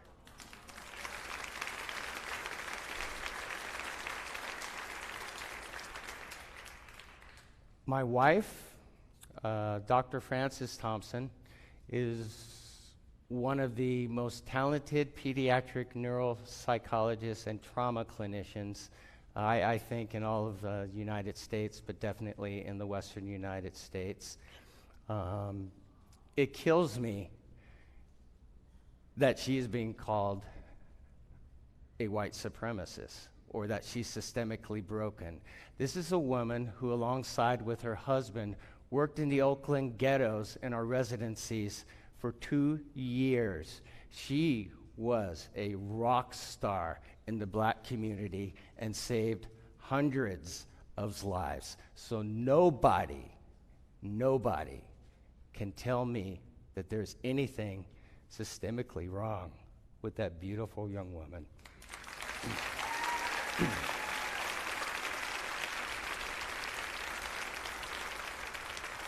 Now, somehow, when I was talking about Common Core all over the nation, I got labeled as a quote-unquote right-wing nutbag. This is my wife and I in graduate school. I was at a fundraiser at the guy who did this painting for Barack Obama, and I voted for Barack Obama back then. Our family is extremely diverse. This is our extended family. Many cultures, many races here.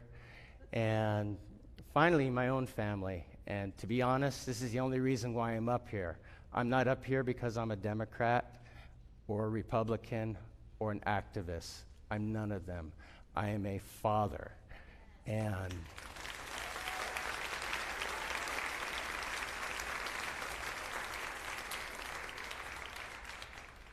critical race theory will destroy my children. Think about it. You're biracial, and you're hearing from one side, black is great. But the other side of you, it's systemically broken. You don't have to be a clinical psychologist to know what that dichotomy would do to a child or a young adult. It would destroy them. So that's why I'm here tonight.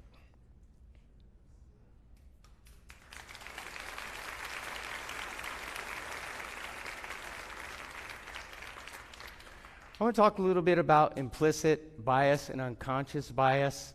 And think of the word unconscious bias. That means you don't know. I mean, you right there. I don't know if you're a racist.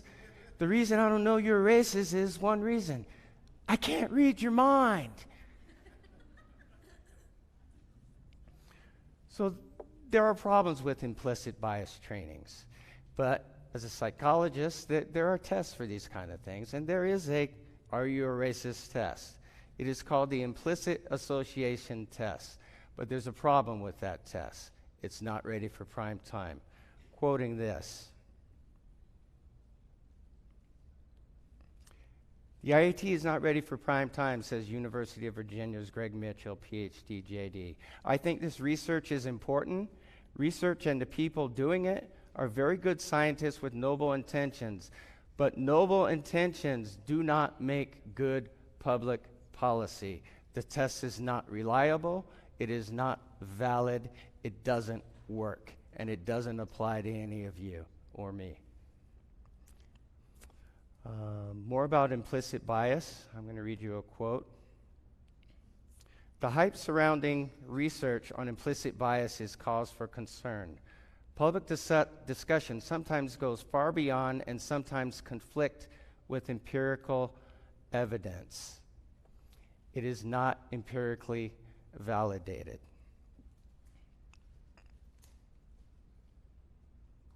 From a law review, what's wrong with critical race theory? Let me read you a quote. In effect, critical race advocates are saying, it's a black or a race thing. You wouldn't understand. Critical race advocates lost interest in compromise and collaboration.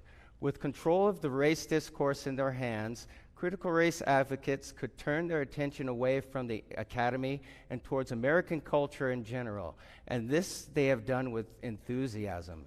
Scouring the broad landscape of American life, they have found race and racism implicated in a terrifying array of institutions and practices.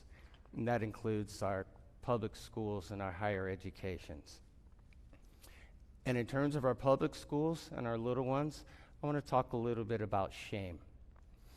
Imagine being age 11, and either directly or it's implied, hey, your mom, your dad, they're systemically broken. Your great-grandma and great-grandpa or great-great-grandpa, they were slave owners.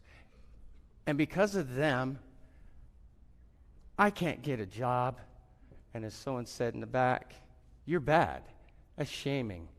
There are psychological underpinnings for the impacts of shame. I'm going to read. This is from the Journal of Anxiety Disorders, Shame and Guilt Proneness, Relationship with Anxiety Disorders in a Clinical Sample. Here's a snapshot from that. Internal shame seems especially relevant to both social anxiety disorder and generalized anxiety disorder symptoms. Remember that. Social anxiety disorder and generalized depression. From the Journal of Personality and Individual Differences, a snapshot from there. Their main point, how individuals cope with feelings of shame is an important predictive factor for depressive symptoms. And the final article here that I got from that conservative school, Harvard School Public of Health. Their snapshot. Both shame proneness and guilt proneness were significantly related to higher levels of both PTSD symptoms and somatization symptoms, whereas only shame proneness was significantly related to higher levels of psychological symptoms. Shame brings on anxiety, which can bring on major depressive disorders, and those are the foundational basis for suicidal ideations. Our town in Utah, we have the 4th highest suicide rate between the ages of 11 and 17. And that is based upon anxiety and depression. You do, and you, as I talked about the Hippocratic Oath of do no harm, no matter what your school board does, you need to make sure that it does nothing to increase a child's anxiety or their level of depression. And shame is the number one and a very powerful way to bring on anxiety and depression, which this is another way of saying that's a very powerful way that you can be pushing your kids to suicide. What's wrong with critical race theory? Let me read you a quote again. Oh, did that. Where is the theory in critical race theory? Good question. Here's a review of pretty much every peer-reviewed article ever done on critical race theory. And despite that, read you a quote from one of these articles. What is critical race theory? While critical race theory is not a dominant paradigm in social science research, it is emerging as a frequent method of framing higher education scholarship. Those who engage in this anti-racist oppositional form of research are sometimes referred to as crits, and they intentionally blur the line between activism and scholarship because they believe social science. I'm a doctor.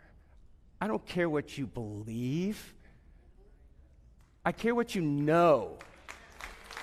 Don't bring anything in front of my children that you believe. Bring empirical research that has been proven and tested.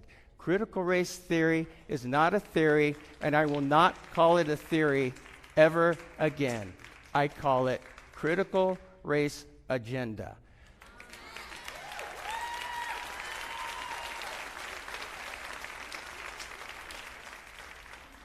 Because above all else, first, do no harm with our kids.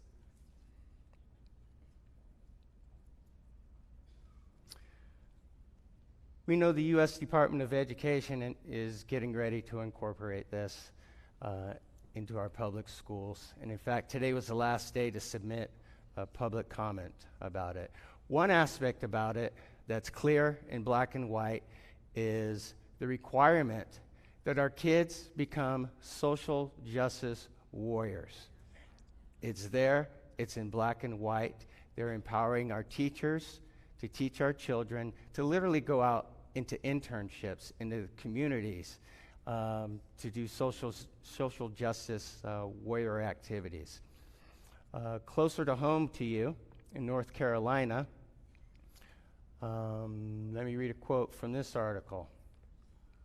Parents, according to teachers, should be considered an impediment to social justice. When one teacher asked, "How do you deal with parent pushback?" the answer was clear. Ignore parental concerns and push the ideology of anti-racism directly to students. You can't let parents deter you from the work. Therefore, teachers have an obligation to subvert parental wishes and beliefs. From the district's Office of Equity and Action Plan, the document reads, even in the face of opposition, equity leaders can draw on a heartfelt conviction for what is best for students and families. In other words, the school should displace the family as the ultimate arbiter of political morality. Now, much closer to home, you folks have hired FHS, a diversity consulting, the board, the Williamson County Board, I believe, as a consulting group. Who are they? Yes, 2 people. In 2017, 2 professionals embarked on a shared entrepreneurial venture, something that combines service and quality representing their professional talents. The mother-son duo recognized the need for measurable outcomes concerning diversity and inclusion efforts nationwide, and thus created Fostering Families.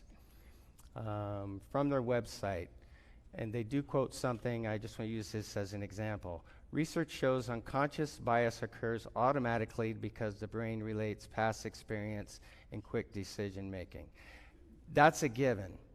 And what I do like about this is that they did not focus it on white people, because everyone has bias. And I did do a general look through their website, and I also listened to one of their podcasts. And I could not find anything that was crazy there. And in fact, what impressed me about them and your board was how slow they are going with this. But you need to keep an eye out. They are going slowly and incrementally. You need to look at what they do put into place, whether they fall along the lines, even remotely, of this divisive and critical race theory. So keep an eye. And as my close friend who ran and won for state board The family is the fundamental unit of society, and the state board should always keep this foremost in their mind as they work to create the future of education in Utah as well as Tennessee. The family is the fundamental unit.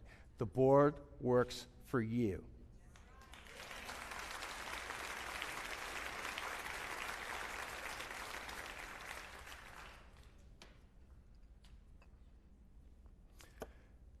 There's a price I pay for coming out and speaking against this. And of course, the Washington Post and all the woke media, they have me figured out. I just want to look at one article. Black and brown extremists. Across the far-right spectrum, people of color play a more visible role. And I couldn't be more visible than this, coming down to the Deep South, speaking to 300 white people, conservatives. So they apparently have me figured out. Let's read on. Part of their standing on the white right is that they're constantly willing to attack other people of color and say anti-black things in ways that kind of ingratiate them to white conservatives, says Martina Hossain, the professor.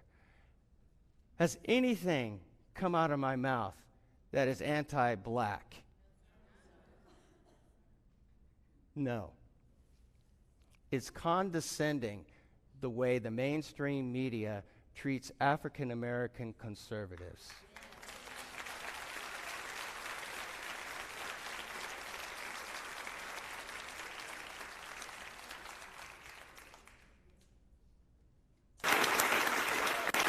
Well, what I get so much from listening to you and reading you is that you feel condescended to, which I feel like that is... Especially lately, yeah. Right. And I see that all the time, and I do wonder why that's not more in the dialogue we have.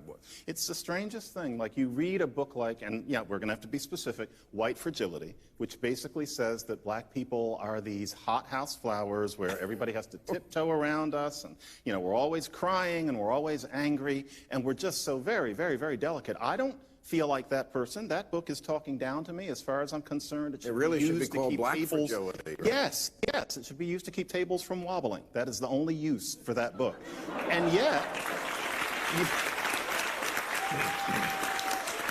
you look on Facebook and you have people saying, I'm doing the work, and reading this book. And I think to myself, they are doing the work of making me into a perfect idiot. Right. And yes.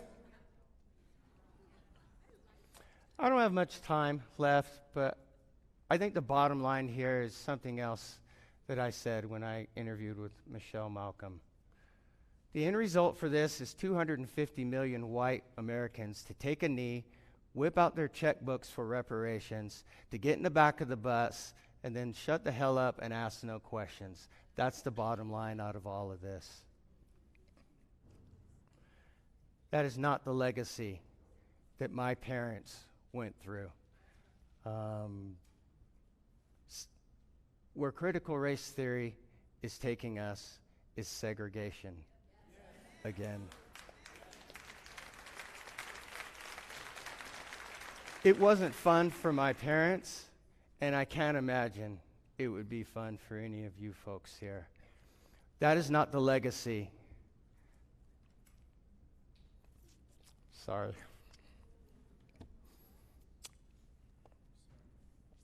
That is not the legacy my parents left me. And that is not the legacy that I'm going to leave for my children. And I just want to close with a message to my kids.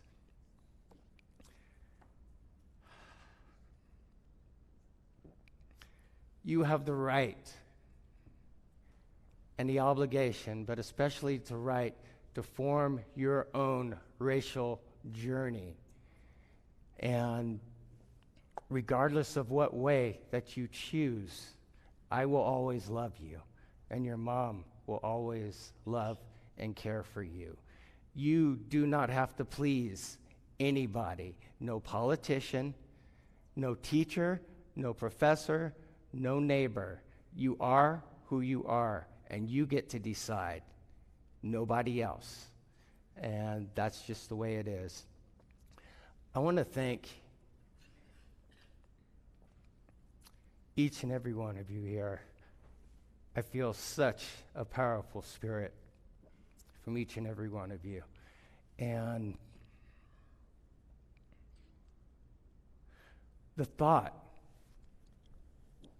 of having any of you take a knee for me disgusts me.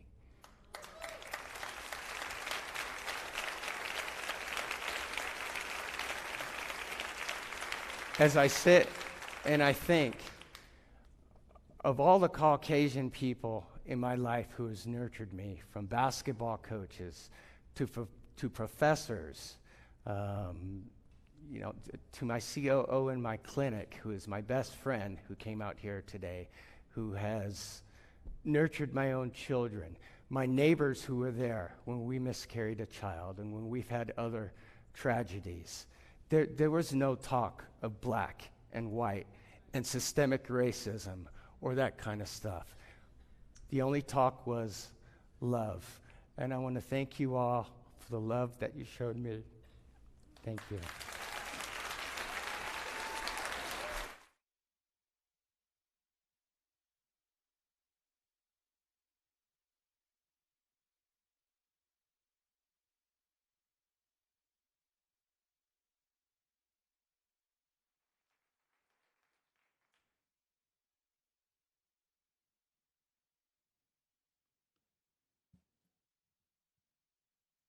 Good evening. Round of applause for our speakers.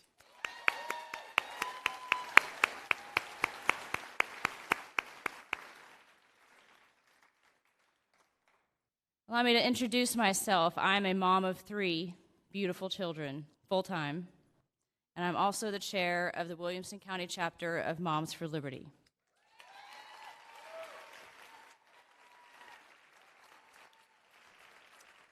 We are 6 weeks old. And I want to thank all the moms and the dads that pulled this event off in 16 days.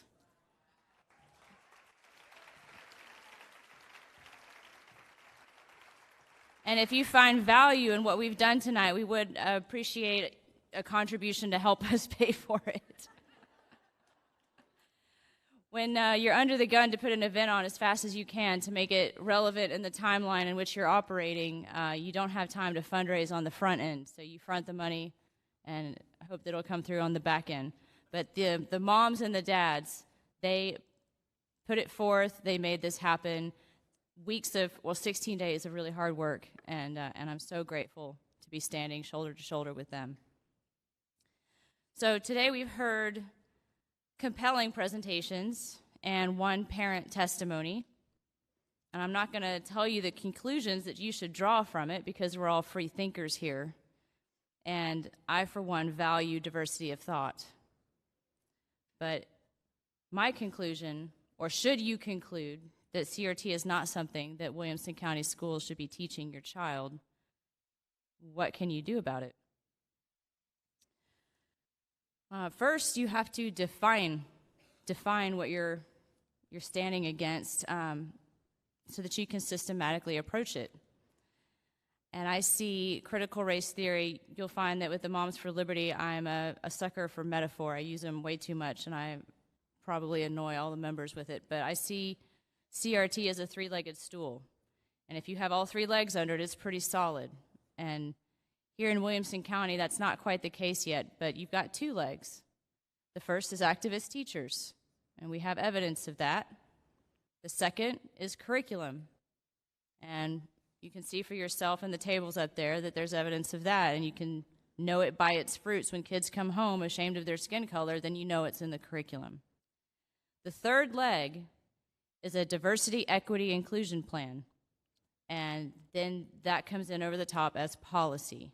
And that's one of the things we're seeking to stop. So stop the adoption of a diversity, equity, inclusion plan, and then get rid of the bad curriculum, and you've taken out 2 legs of that stool, and the third one will take care of itself with a simple enforcement of zero tolerance bullying policy. That is the structure, and that's the plan as I see it. How to do this?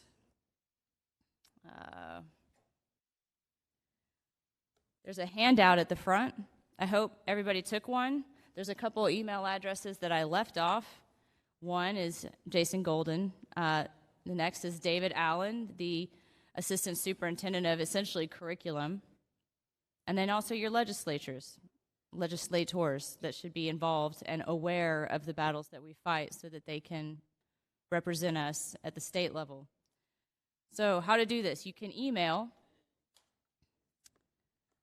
You can show up. There's some things coming up. Just tomorrow, there's a mixer that the Republican Party is holding at the Marriott in Cool Springs, and it's dedicated towards education. You can go to that, make your voice heard. On Monday, the Williamson County Commission Education Committee is holding their meeting, their monthly meeting. That's at the main complex on Main Street, and all the address is on the handout. And then there's the school board meetings. And there's a bit of a timeline here because the next 3 weeks are pretty crucial. As of the previous work session, which occurred last week, the school board is examining the curriculum, and they're going to revisit it in June. So that meeting, mark your calendars. You need to be there. You need to make your voices heard. And in the meantime, you need to email. Let them know what you've learned today. Let them know how you feel about it. Let them know what you want for your children. So that's email. You can show up. And then the hardest one is speak up. In today's culture, it's incredibly hard to do because you're going to get called a racist or a white supremacist or any other thing in the book, and nobody wants to be called that. But you have to speak up. And you can be the first one in the room to stand up. That's pretty hard to do. The second one's pretty hard to do. The third one, hard to do as well. But then it gets easier. The more people that stand up, the more strength you have in numbers.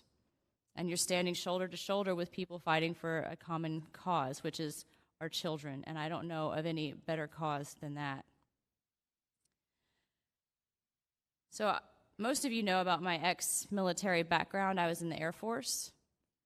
But I also had the honor of going to Army Airborne School. And I've jumped out of perfectly good airplanes about 5 times. And I have to say, it's a lot. I would prefer that than public speaking.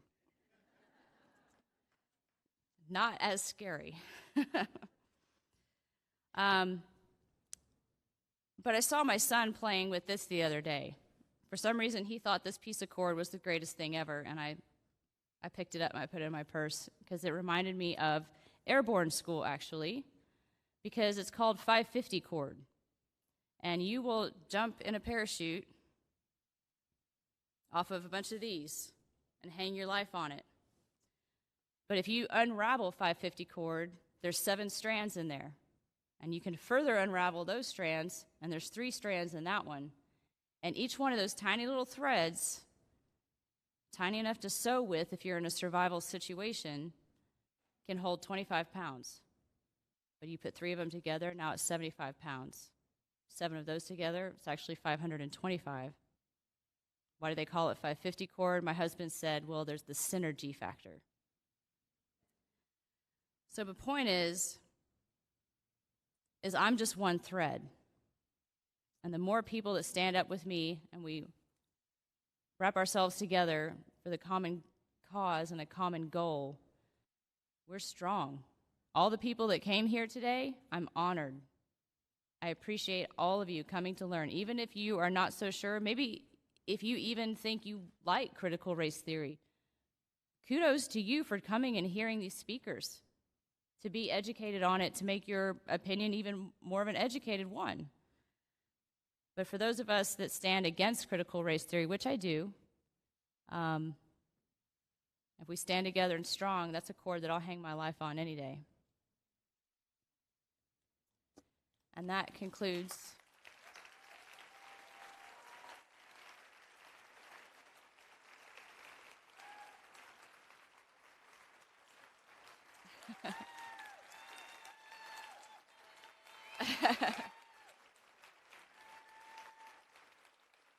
And I know we're running late tonight, so I'll get right to the panel, but our speakers have made themselves available to answer your questions, and I would encourage you to do so because it's a privilege to have them here sharing their knowledge and their expertise. So please welcome to the stage our speakers.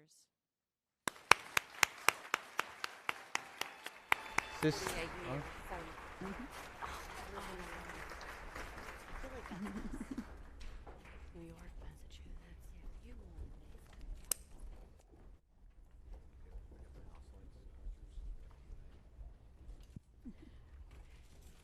Oh, these are high.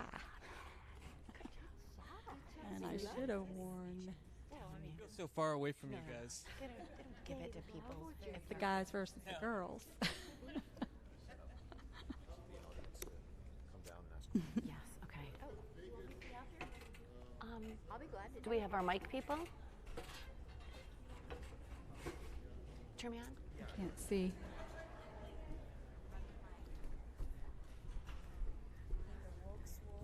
Welcome. Right now we have a Q&A. We have a couple mics. Do people want to hold up the mics? If you can hold, there it is, sorry. If you have questions, just please come forward, say the name of the person you're directing your question to, and then go sit down. Thank you. Oh, you want, I don't get to hold it? You want me to come down here? No, so what I was just walking by today, ladies and gentlemen, and I met these two women with blue shirts on, and I asked them what's going on in here. I am a father, also I have a 5-year-old in Brooklyn. I'm in New York. I just moved to Tennessee. But I don't really understand the critical race theory. I don't know what the biggest gripe about it is. I don't understand why are people upset about it and want to change it? I need to know that. So I could go first. I mean, one thing that I would say is at the core of this ideology is the idea that everybody who is white is just unconsciously racist. That's at the core of this ideology. I think that part of the reason that you see so many people upset about it is because this isn't simply trying to find some sort of racial equality. In fact, they use words that should be positive, like inclusion, diversity, tolerance. They use those words as weapons to actually bring in curriculums that are anti-capitalist, they're racist in nature. They actually teach our kids to look at each other as the color of their skin instead of as who they are. So teaching them that, hey, you need to treat this kid a certain way because they're Latino, so you need to invite a Latino or you need to invite a black kid to play with you or else you might be racist. That in itself is racist because it's teaching them your friend group is no longer about who you actually have something in common with. You need to go look for somebody and make sure you fill quotas. It's something we see happening, let's take in California, okay? I was in a gifted program as a child. I graduated at 16, simultaneously finished my first year of college at 16, okay? It wasn't because I was Latino. That same program right now is actually being totally done away with by the state of California because they say it is a racist program because too many Asians are in it, okay? This is part of critical race theory. Critical race theory is actually the ideology that tells them that if there's too much of a proportion of one race over another, then suddenly it's racist. So too many Asians is a bad thing according to the people making policy in California. See, I think that programs like that, they should be entirely decided based on merit and the children and what they do. See, for myself, when I was in that program, it wasn't a racial makeup or a background that made up who were the great students. It was the people who were working the hardest. I went to school all day. When I was out of school, I studied, and then I went to night school at night at college to be able to do what I did. I was willing to put in the work while other people were at parties or doing whatever they were doing. Everyone had the opportunity to earn their chance into this thing, but only certain students went after it, okay? But it wasn't predicated on race. This ideology seeks to tear that away. Now, kids in California growing up will not have the opportunities I had. I can tell you right now, I would not have gotten where I've gotten in life. I wouldn't have directed Oscar-winning actors, actresses, some of the biggest music stars in the world, and I would not stand before you, a candidate for United States Congress, if I had not had that program.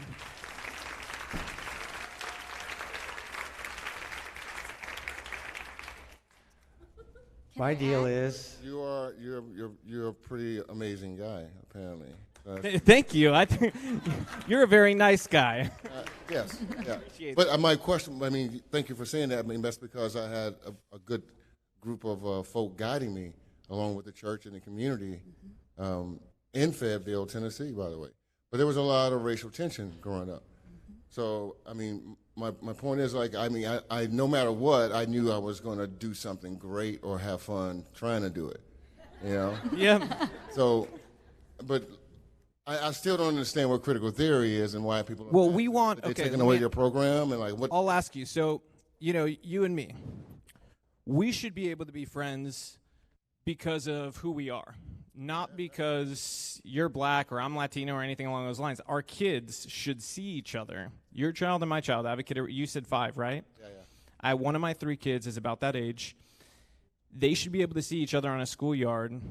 And one of them is on a swing, and the other one sees them on a swing, and they think, I love swings. Instead of thinking, oh, that could be my black friend. That's what critical race theory is teaching them, is that the first thing they look at is the race of the other child. Right. I see. And it's racism in a different form. It really is. But the most dangerous part is it's baked in with a political ideology. So it's telling them over time, you have to understand all the impressions a child gets. It's not just that moment. Every piece of entertainment they watch, every school they go to, they're messaged the same thing. This idea, the person who is the architect of all this, Ibram Kendi, he said, to be anti-racist, you have to be anti-capitalist. So if you're a child who's white, and you're born and you're taught this idea that you're inherently from birth white privileged, there's something wrong with that, okay? And if you're taught that, and you're told the only solution is to be anti-capitalist, if you're a good person, you don't want to be racist, what are you going to do? If I was a child and I was taught that, I would have thought, I don't want to be racist. I'll be anti-capitalist. I don't know anything about capitalism. I'll just be against it. You know, I mean, it's pretty obvious, especially if somebody that you're supposed to trust, your teacher, is the person pushing that book to you. Do you see what I mean? It was never about race. It was always about the ideology. In fact, if anything, they're weaponizing the pain and suffering that people went through during slavery for their own political reasons. And that's something we should all be disgusted by, because we shouldn't use the pain and suffering of other people to gain a political advantage. And that's what this system does.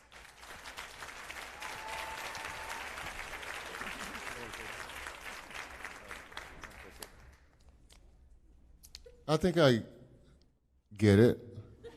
I do. Yeah, I do. It's tricky, man. Well, I love it. Welcome to Tennessee. I'll tell you what, it's going to be the best choice you've ever made in life coming to this state. We're going to be the freest state in this country. And not only that, this is going to be a state where our children are going to grow up and they're going to be recognized and judged based on what they do, their actions, their character, and never their skin color.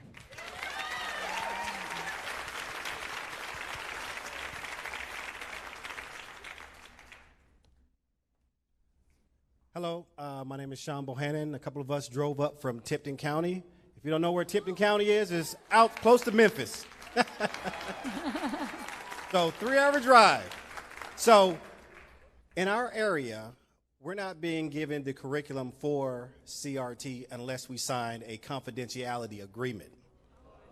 So we need help, and how can you guys help us so we can be able to educate everyone in our county? Well, is Gary Humble here? Okay. By the way,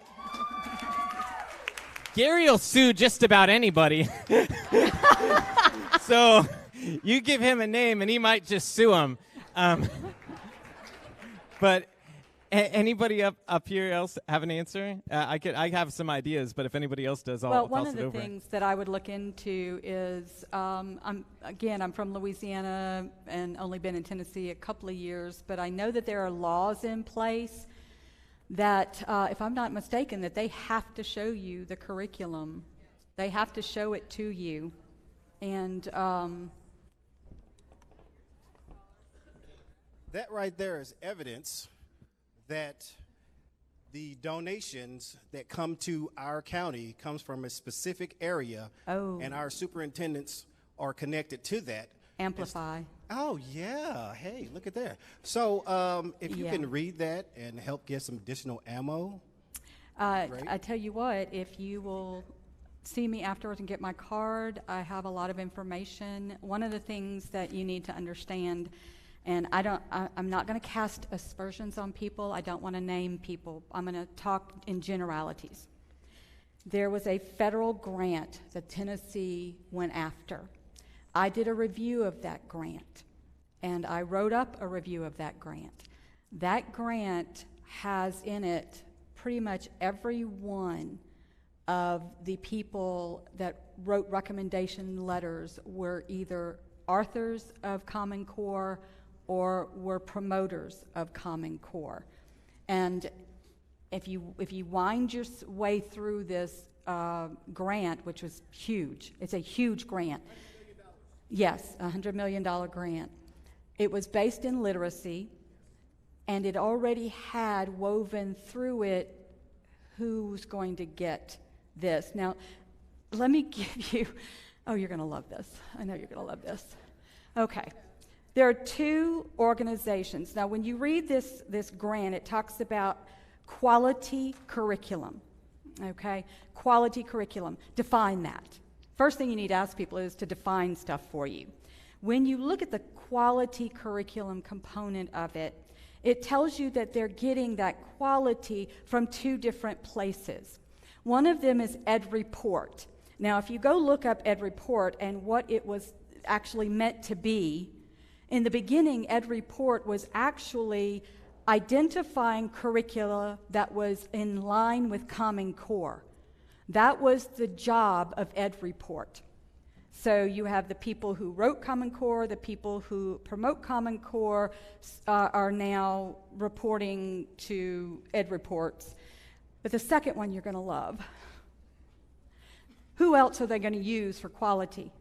Louisiana Department of Education, the state that I just came from, which, by the way, has the lowest ACT scores in its 17-year history, in the 18s now, I might add, whose NAEP scores have dropped in reading, I might add, and whose department has promoted as its #1 Tier 1 curriculum, Wit and Wisdom.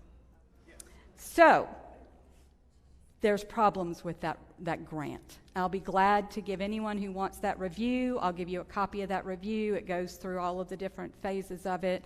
I hastily put it together, so it's not, a polished piece, but it does give you a lot of information. But we're going to have to, first of all, as far as I know, the law says that you should be able to examine any and all curricula without having to sign a document. But I will tell you that in Louisiana we had the same problem. For example, we passed a law that said that parents could see the test, but they had to go to Baton Rouge. They had to sit in a room with a specific witness. They couldn't take pictures. In other words, they limit your access with rules, all of these rules. And what you have to do these are your kids. These are your kids. Is to go in there and say, okay, I'm going to come today, and if you don't listen, there's going to be 100 of us come tomorrow, but you got to have 100 show up. You got to have 100 show up. Get with me afterwards. I'll be glad to give you information. Yeah, and meet up with me after too. I've got a little bit of a following on social media. We can definitely pump up that stuff on there, and Gary too. And Gary, yeah. Hi, I don't have a question, but I've got a warning for America. I'm an immigrant, moved to the US 8 years ago. Never saw color until I was in 9th grade, and realized I'm growing up in apartheid South Africa that actually changed. I'm reliving everything that's busy happening into this country. Our monuments were taken down. History has been rewritten. I was in school when I could see the change in curriculum from one side going to the other side. And it doesn't work. Whatever they're trying to teach your children doesn't stop at school level. It actually goes over into the workforce. You'll have advertisements that says whites not to apply. There are people that can have T-shirts that says, let's kill the whites like flies. It doesn't stop there. My people are a people that have no past, their history has been wiped out, and they have no future. They are filled with shame and do not know where they're going to go. Everyone asked me when I moved to the US, are you going to put your kids in school? And I said no, because I already saw the warning signs in your school curriculum 9 years ago, and I realized I need to homeschool. I'm not from this county, I'm from another county, but I'm willing to help you guys fight this no matter what, because my children and my grandchildren do not have a future if we continue this way. Boys especially. You think it starts just with whites, later on it goes on to genders, and genders cannot get jobs. So I want to warn you people, wake up, stand up.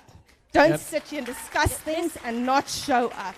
She's right. You know, there's a reason that you see voices who have had to leave countries speaking up so loudly about this issue. It's not just about this issue. It's about what it represents. This issue represents a whole host of other issues, and we know what comes next.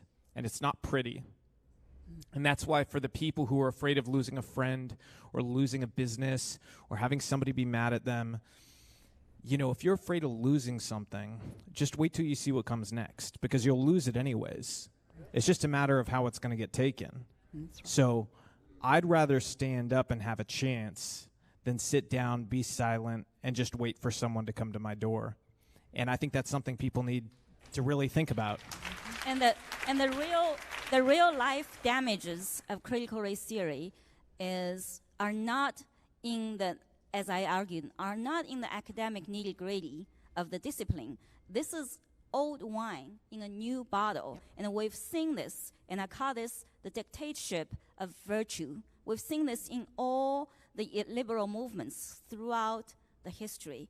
We've seen this in the aftermath of the French Revolution. This did not start with communism. This did not start with the former Soviet Union or China or Venezuela, Cuba. It started it's rooted in this human evil instinct of hunger for power, of hunger for control.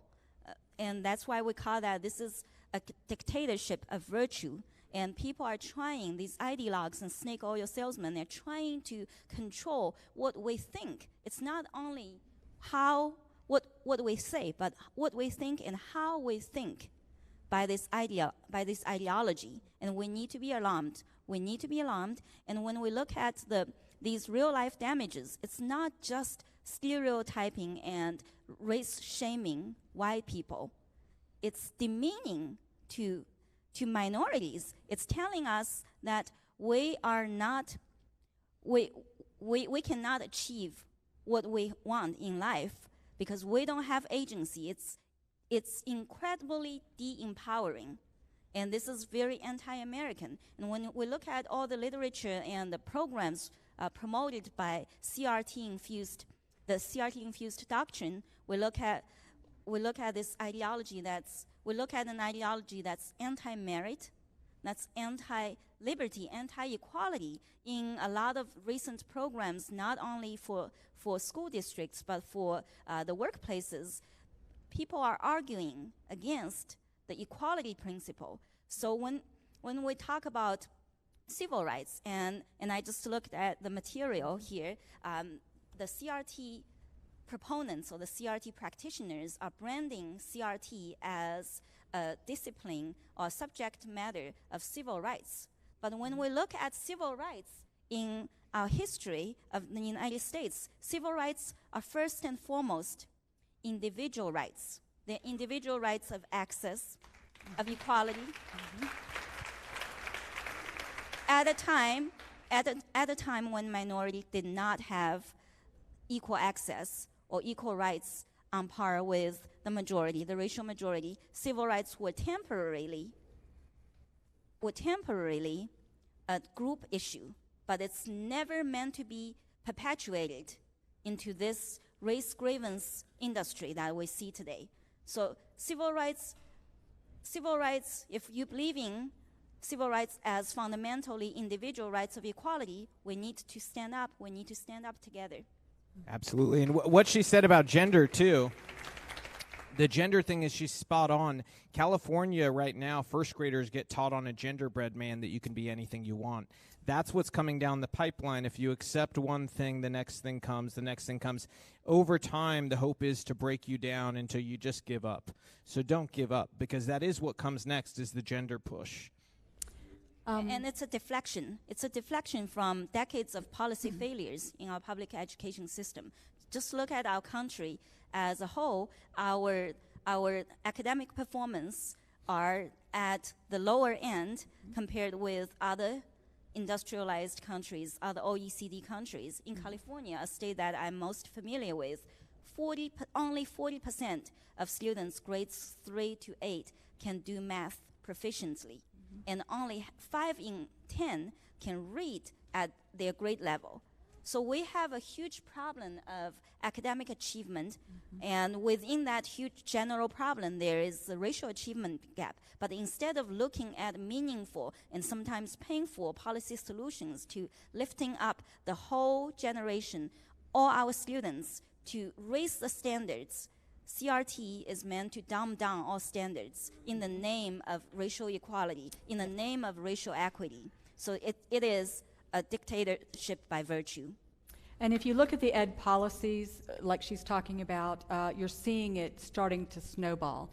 The gifted program being eliminated, California. Also in California, the removal of the higher maths because you had minorities who were not meeting the math at the level they felt they should, and they felt that was racist.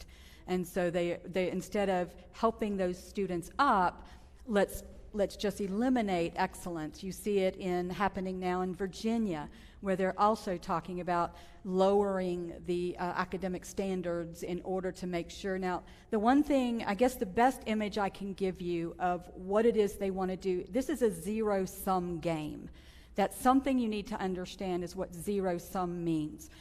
How many of you have seen the picture of the children at the fence trying to look at the ones that they throw at you all the time?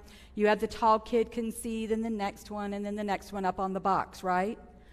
In CRT and in this whole thing, the best way for me to make you understand what the core of their thought is not to just help the little boy up on a box so he can see. It's to cut the legs off of the tall boy so that the other one can see. The zero-sum game is not everybody gets to go up, because if everybody goes up, there's still a gap, okay? So somebody has, in order for that gap to shrink, somebody's got to come up, but somebody has to come down. That's the zero-sum game of critical race theory on academics. It's a critical race to the bottom, in other words. Okay, I have many questions, but I'll just state my stance and then ask my question later. Being from Franklin, just like that 7-year-old story that we heard about, how traumatic it is for them, racism happens on the other end of the spectrum to the other kid. And that's a legacy and a reality that sometimes gets passed down and needs to be explained, and it starts to get you to critically think about why is that. So I'm a proponent of critical thinking. I went to an independent school, and in all things I think critically, and I don't see why I shouldn't be able to think critically about race. And I do that now, so much so our city does it. And we decided here in Franklin to tell a fuller story, because there's an ideology called the lost cause, which is based on the premise of falsely educating kids. And so, Dr. Meyers, when you talked about those pillars of education, religion, and I think Language. Language, exactly. So, for instance, our downtown statue calls the Confederate soldiers champions. That's the inscription on there. I don't know. Last time I checked, they lost the war. Yes, they did. Right? You see how, so I say all that to say there's a counter side to that. There was a counter history of teaching false history, and our city can acknowledge that. And if that is done, can we not go on the other side to get our kids to start critically thinking about the damage that was done on the front years for all of these centuries? And this is why it's not just all about personal responsibility. I'm a free capitalist in theory as well. I believe in the free market, right?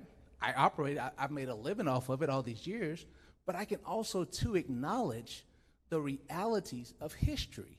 And so you said, hey, the point about shame, if acknowledging a fact of history makes someone feel shameful of their ancestry. Well, sir, I think you might fundamentally misunderstand critical race theory because it's not about teaching history. Our kids need to understand the history, and they need to be taught the history so that we never, ever, ever return to a shameful period like slavery. That's very clear. We agree on that. This is about, and you say you're a capitalist. If you're a capitalist, then I would do more reading on the people who actually are enforcing this critical race theory into schools and into academia as a whole. They are not capitalists. They are Marxists. How did you say I define critical race theory? You said it was about teaching history?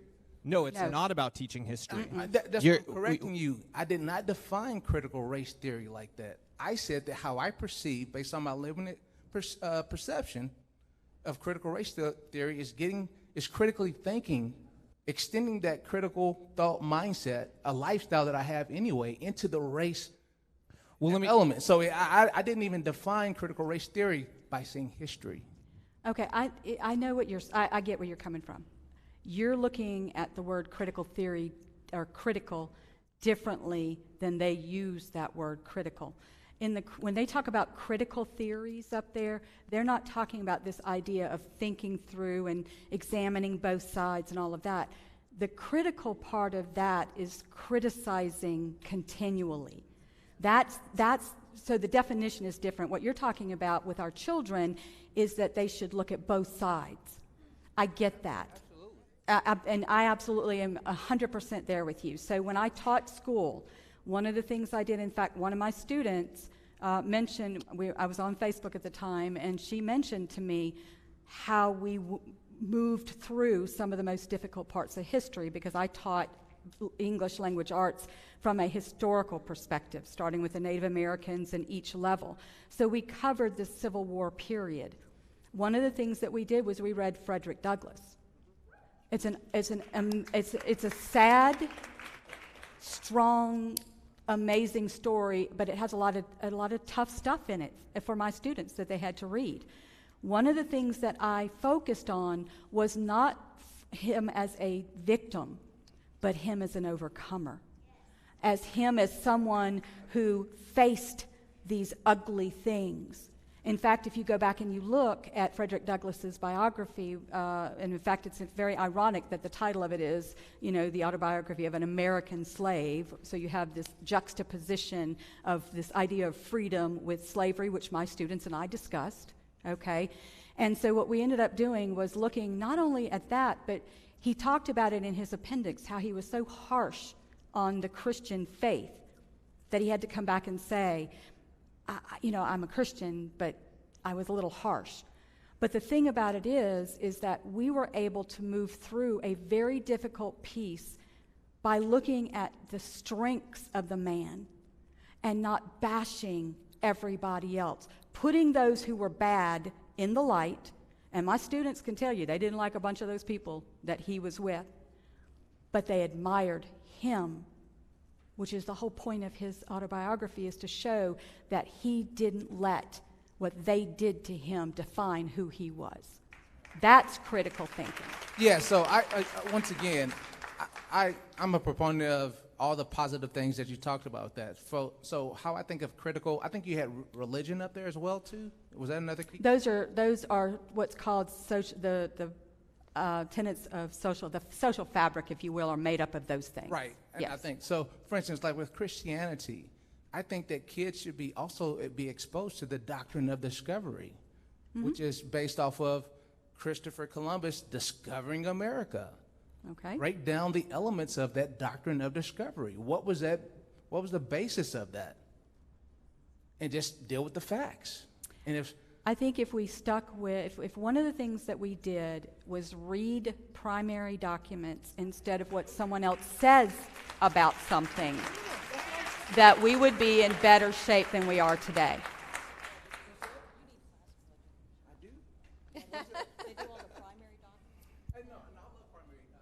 So I'm a critical thinker. That's why I obviously am here. So, because I believe in both sides of it. And I think that's the only way that we can move forward together. I agree. If we have a dialogue. A dialogue, yes, absolutely. Thank you for coming.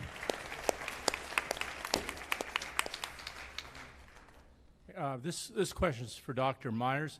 Thank you so much for those overheads that about comparing the Soviet education with critical race theory, et cetera. I'm wondering where we could get them. Are they on your website or? I'm not big enough to have a website. Oh, I'm sorry. Okay, it would be very helpful. I mean, I took pictures, but I can't rely on those. But If you see me afterwards, I'll get your information. I'll send them to you. Thank you very much. You're welcome. Okay.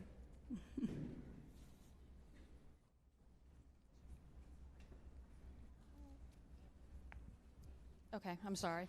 I'm nervous. Okay, so the laws you were talking about that require parents to be able to view the curriculum with you, does that also apply to private schools? Anybody know? No. No. Public education, those laws are only for public education. So, and that federal grant you were also talking about, do you know, you seem to know about it, was that made available to private schools? What's that? The grant that, like, he was talking about, the $100 million? No, I think it's all of public this is public education. Generally, again, I'm not as familiar with Tennessee's laws. Louisiana, if you got, it's a little different in Louisiana because the Catholic community made deals back in the early 1900s, and so they're grandfathered into all of this. The problem with that is once they were grandfathered in, all of the public rules and regulations came in with it. So a lot of your schools in Louisiana, charter schools, private schools, all of those who are in that system have to follow certain rules. And so, yes, they would probably be required to there, but I don't think you have that here in this state. I think everything's public and private is completely separate. If I'm wrong, correct me. But Robbie, you were talking about the group that works with private schools, the NAIS. Yeah, what's their relation to CRT? So NAIS is basically, it's an organization a bunch of private schools are a part of, not just in Tennessee, but nationally, especially in the South. And essentially, it's what allows them to have their accreditation. So they make recommendations to all of their schools, okay? And so you should ask if your kid goes to a private school, I would ask the headmaster, ask the principal, somebody there, are you a part of NAIS or any other independent school group? Because there's a couple other ones. But NAIS, you can see on their website, actually, we talked about how gender comes next. They're actually removing, now one of the things that they recommended to schools is that you no longer have teachers refer to their students as boys or girls, but only as students. Okay, because they want to remove all gendered language from the classroom to help reinforce what they're going to teach in future years in middle school and high school, that gender is just, a gigantic spectrum, and I can decide I'm a girl right now, and you all have to pretend that I actually am one. So that's where they're going next with it. But NAIS, in terms of critical race theory, they're huge proponents of it. They're big supporters of it. They're pushing it in the schools. They recommend books. They started the People of Color Conference for NAIS, which is where they had the seminar where they had a panel on no more white tears, and the other panel was no more white boys behaving badly. And they were panels that were essentially, I have no other way to describe them, but just explicitly racist. And since he's talking about accreditation, the National Association of Independent Schools is NAIS. The thing that's occurring in the country today is you have these accreditation organizations, and they're being kind of subsumed under one. So little by little, these organizations are kind of going to where you're going to get to the point where there's going to be one organization who determines the quality of schools. Now, I want you to understand, when they do accreditation, it is this idea that you have a quality school, right? That's the point, that you just can't open up a school and do whatever you want to, that you have to meet some standards. What you have to understand is there's some gatekeeping going on in there. So if your school decides to do something that isn't within their ideology, then you may not get that accreditation. And when you don't get accreditation, then your kids don't get to be part of the NAACP. They don't get to participate in certain things. So if you decide not to send your kid to an accredited school, you're gatekeeped out, if you will, of certain things. One of the things you're going to have to do is pay attention, and I want to ask you this question because I hear it all the time. We got to have an accreditation. Some of the worst schools in Louisiana have accreditation. So it's not about quality. It's about hoop jumping.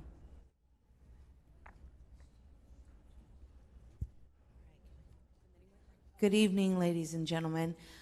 What I found interesting about this evening is a couple of things. The Dear Mr. Goodman letters and the beautiful mother who got up and spoke. And, you know, interestingly enough, you know, she's an immigrant and she's seeing her child go through this and how devastating it is. And then we have the dear doctor up here from Salt Lake City, Utah, who also spoke about post-traumatic stress disorder. Well, I want to tell you all something, the people who are still here today. I'm an actual product of that.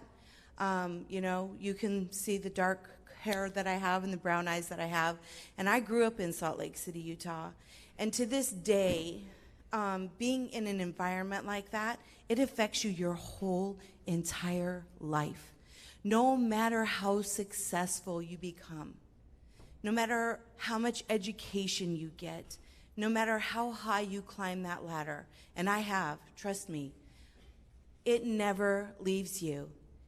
Though your children are at stake, the way they think about themselves, the way they feel about themselves, the way they interact with other human beings is all at stake here. And that doesn't go away because they took a class here or a class there. It is part of who you become. It is part of who you are. And to get that out of your fiber is practically impossible. And so I think it's very valuable what you said tonight. And I think that the Dear Mr. Goodman letters are very valuable because we're just not talking about a short period of time. We are talking about a lifetime of your children, and they are at stake. And, you know, I'm here because it's like I grew up that way, and I don't care what color your child is. You never, ever, ever want them to grow up the way I did. Always, always being looked at different, treated differently, whether it's your religious background or the color of your skin or the part of town you grew up in. It is devastating, and it is a hard, hard mountain to climb. And every single person who has a child in this room, that is what you are faced with today. So get involved. Thank you. Get involved. Thank you. Thank you. Hi, my name is Chelsea. I have just a general question for whoever wants to answer.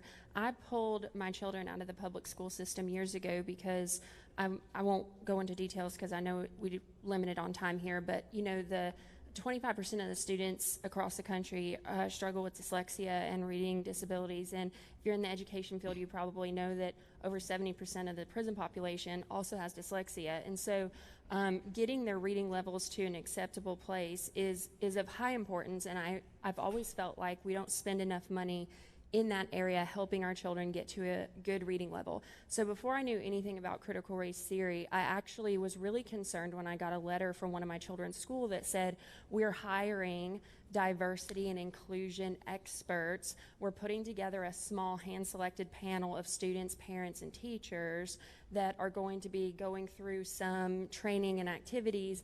And I just thought to myself, before I even knew anything about critical race theory, how much is this costing? Because we have kids that can't read, you know, and that really bothered me. So I found from a friend, moms of Liberty, Williamson County, And I started getting educated on what critical race theory is, and I asked the question to our school principal, do we have a problem with race in our school?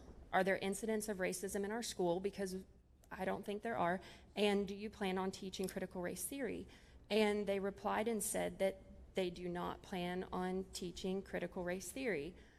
What do you do when you ask the question? What do you propose the next step is? When you ask the question and all roads are pointing towards this, and you feel like money's being wasted on something that, you know, we have other needs that are being ignored of children, like what's the next step when you're told that they're not teaching critical race theory? But I mean, we get another email that says the Nashville Bar is coming to talk to your students about opportunities for scholarships, but they only want minorities, no whites allowed, basically. And I've received many, many notifications like that. And so I feel like we're moving down that critical race road, even though I'm being told, no, we're not. What do you do at that point? Well, the problem is that they can say, any school can say, no, we're not teaching critical race theory, because they can call it whatever they want. It's a lot like the sex ed programs. You know, there's some of the most aggressive sex ed programs are CSE programs, okay? And the way they're set up is so that in one town, if parents catch on and they get rid of it, there's only one by that name. So in the next town over, they have no clue they're being taught the same thing, just by a different name. Same thing with critical race theory. They can call it, you know, a racial inclusion, you know, curriculum adjustment. Yeah, they call it whatever they want, and they can honestly say to you then, no, we're not teaching critical race theory, and they can pretend critical race theory is some other step that is further down the line that they're not taking. It's all BS. You have to believe your eyes and ears. You are the parent, and I believe that moms especially, you know what's going on. You're not crazy. You know what's going on. So if you can see that this is a problem, trust your instincts. It is a problem then. And you know, there are other steps that you could take, you know, other questions you could ask to probe with in terms of what is a school's stance on racism? Is it possible to be racist to everybody? That's a question that is really enlightening in terms of a school's ideology. If they don't believe that racism can happen to anyone, then they do subscribe to critical race theory. They believe in that whole idea that, you know, there's unconscious racism in every white child that's born. And if that's the case, you know, I think parents deserve to know that. So you can go down that line, but they may have some other ideas. Yeah, and I would just say that call them out, ask them these specific questions. How do you define diversity? Do you mean cosmetic, skin color diversity, or diversity of thoughts? And how do you define equity? Is it equal opportunity or equal outcome?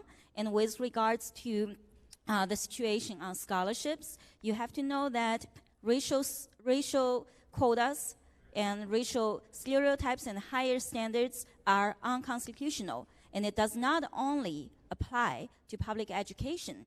So if you see these instances and public statements that specifically, that explicitly restrict certain benefits to groups who are defined by skin color or race, then you have to tell them that this is unconstitutional, this violates the 14th Amendment, and this violates Title VI of the 1964 Civil Rights Act, and this applies to public education. So there are many ways to see, there are many techniques that you can use to see beyond their trickeries, because they're using these fancy words. It's a word salad, you know, to...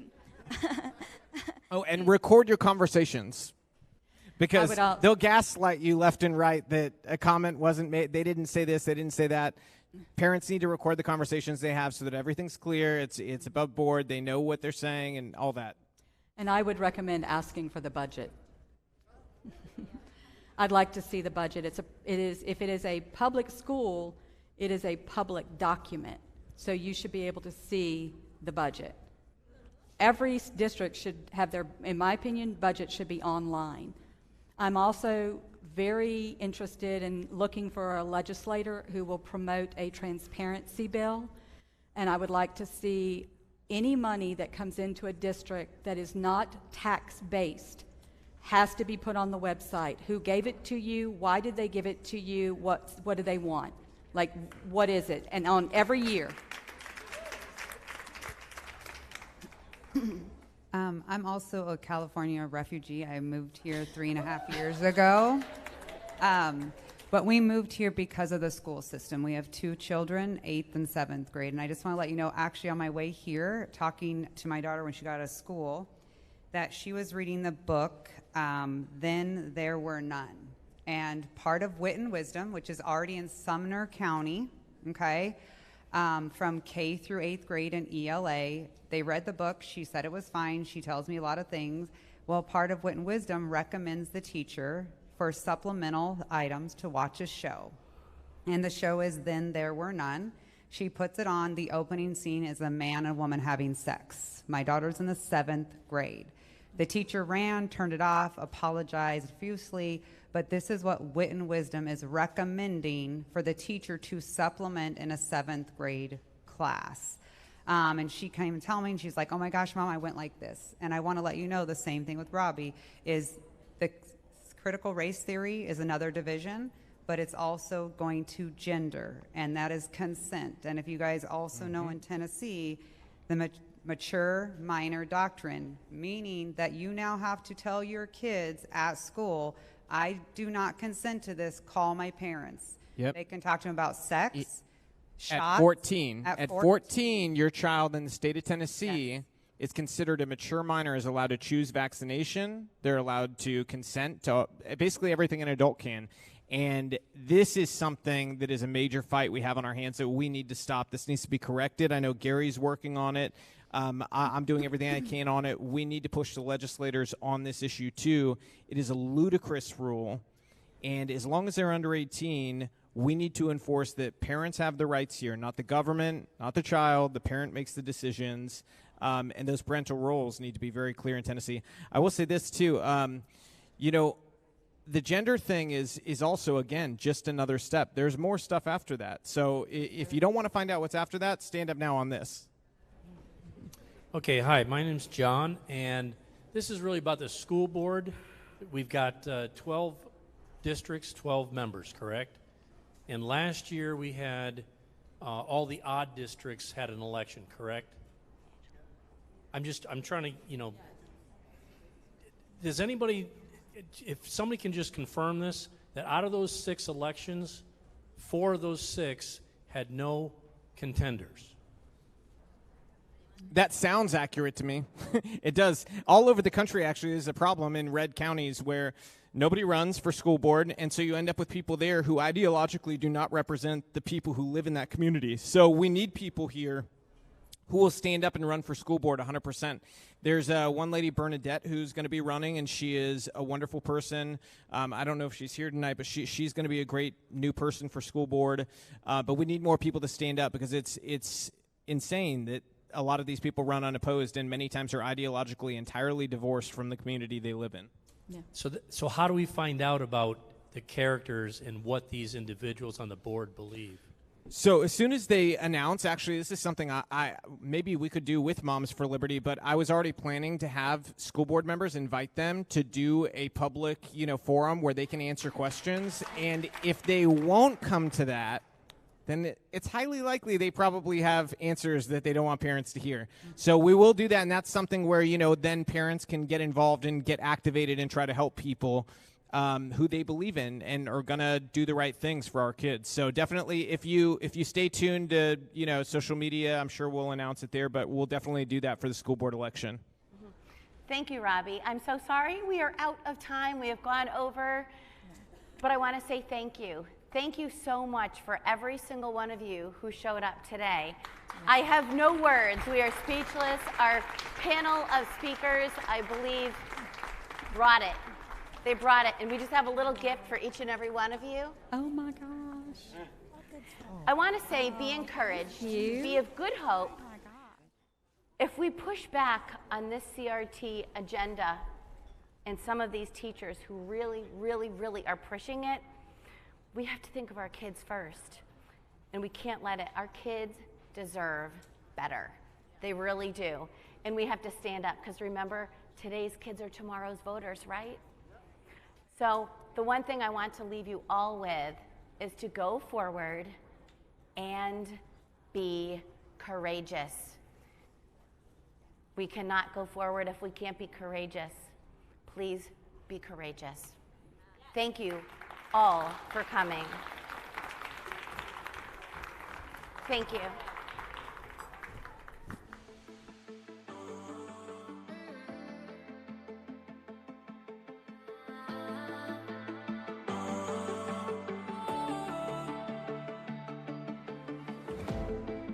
Last night we had something. Tonight I'll be guessing, but I don't really have a case. You don't have to mention, you just like their attention. It's written all over your face. I don't wanna play the quiet type when I'm near you. Reading old messages on my phone every time I see you. Tell me, is this part of an act just to keep your image intact? If you think that strategy's smart, I'm not gonna defend my beating heart. Defend my beating heart.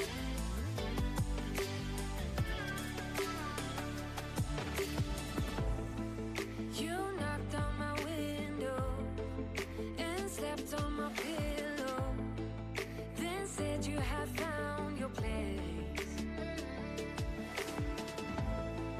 Not sure if I want this. You don't think that I notice. This isn't like giving you space.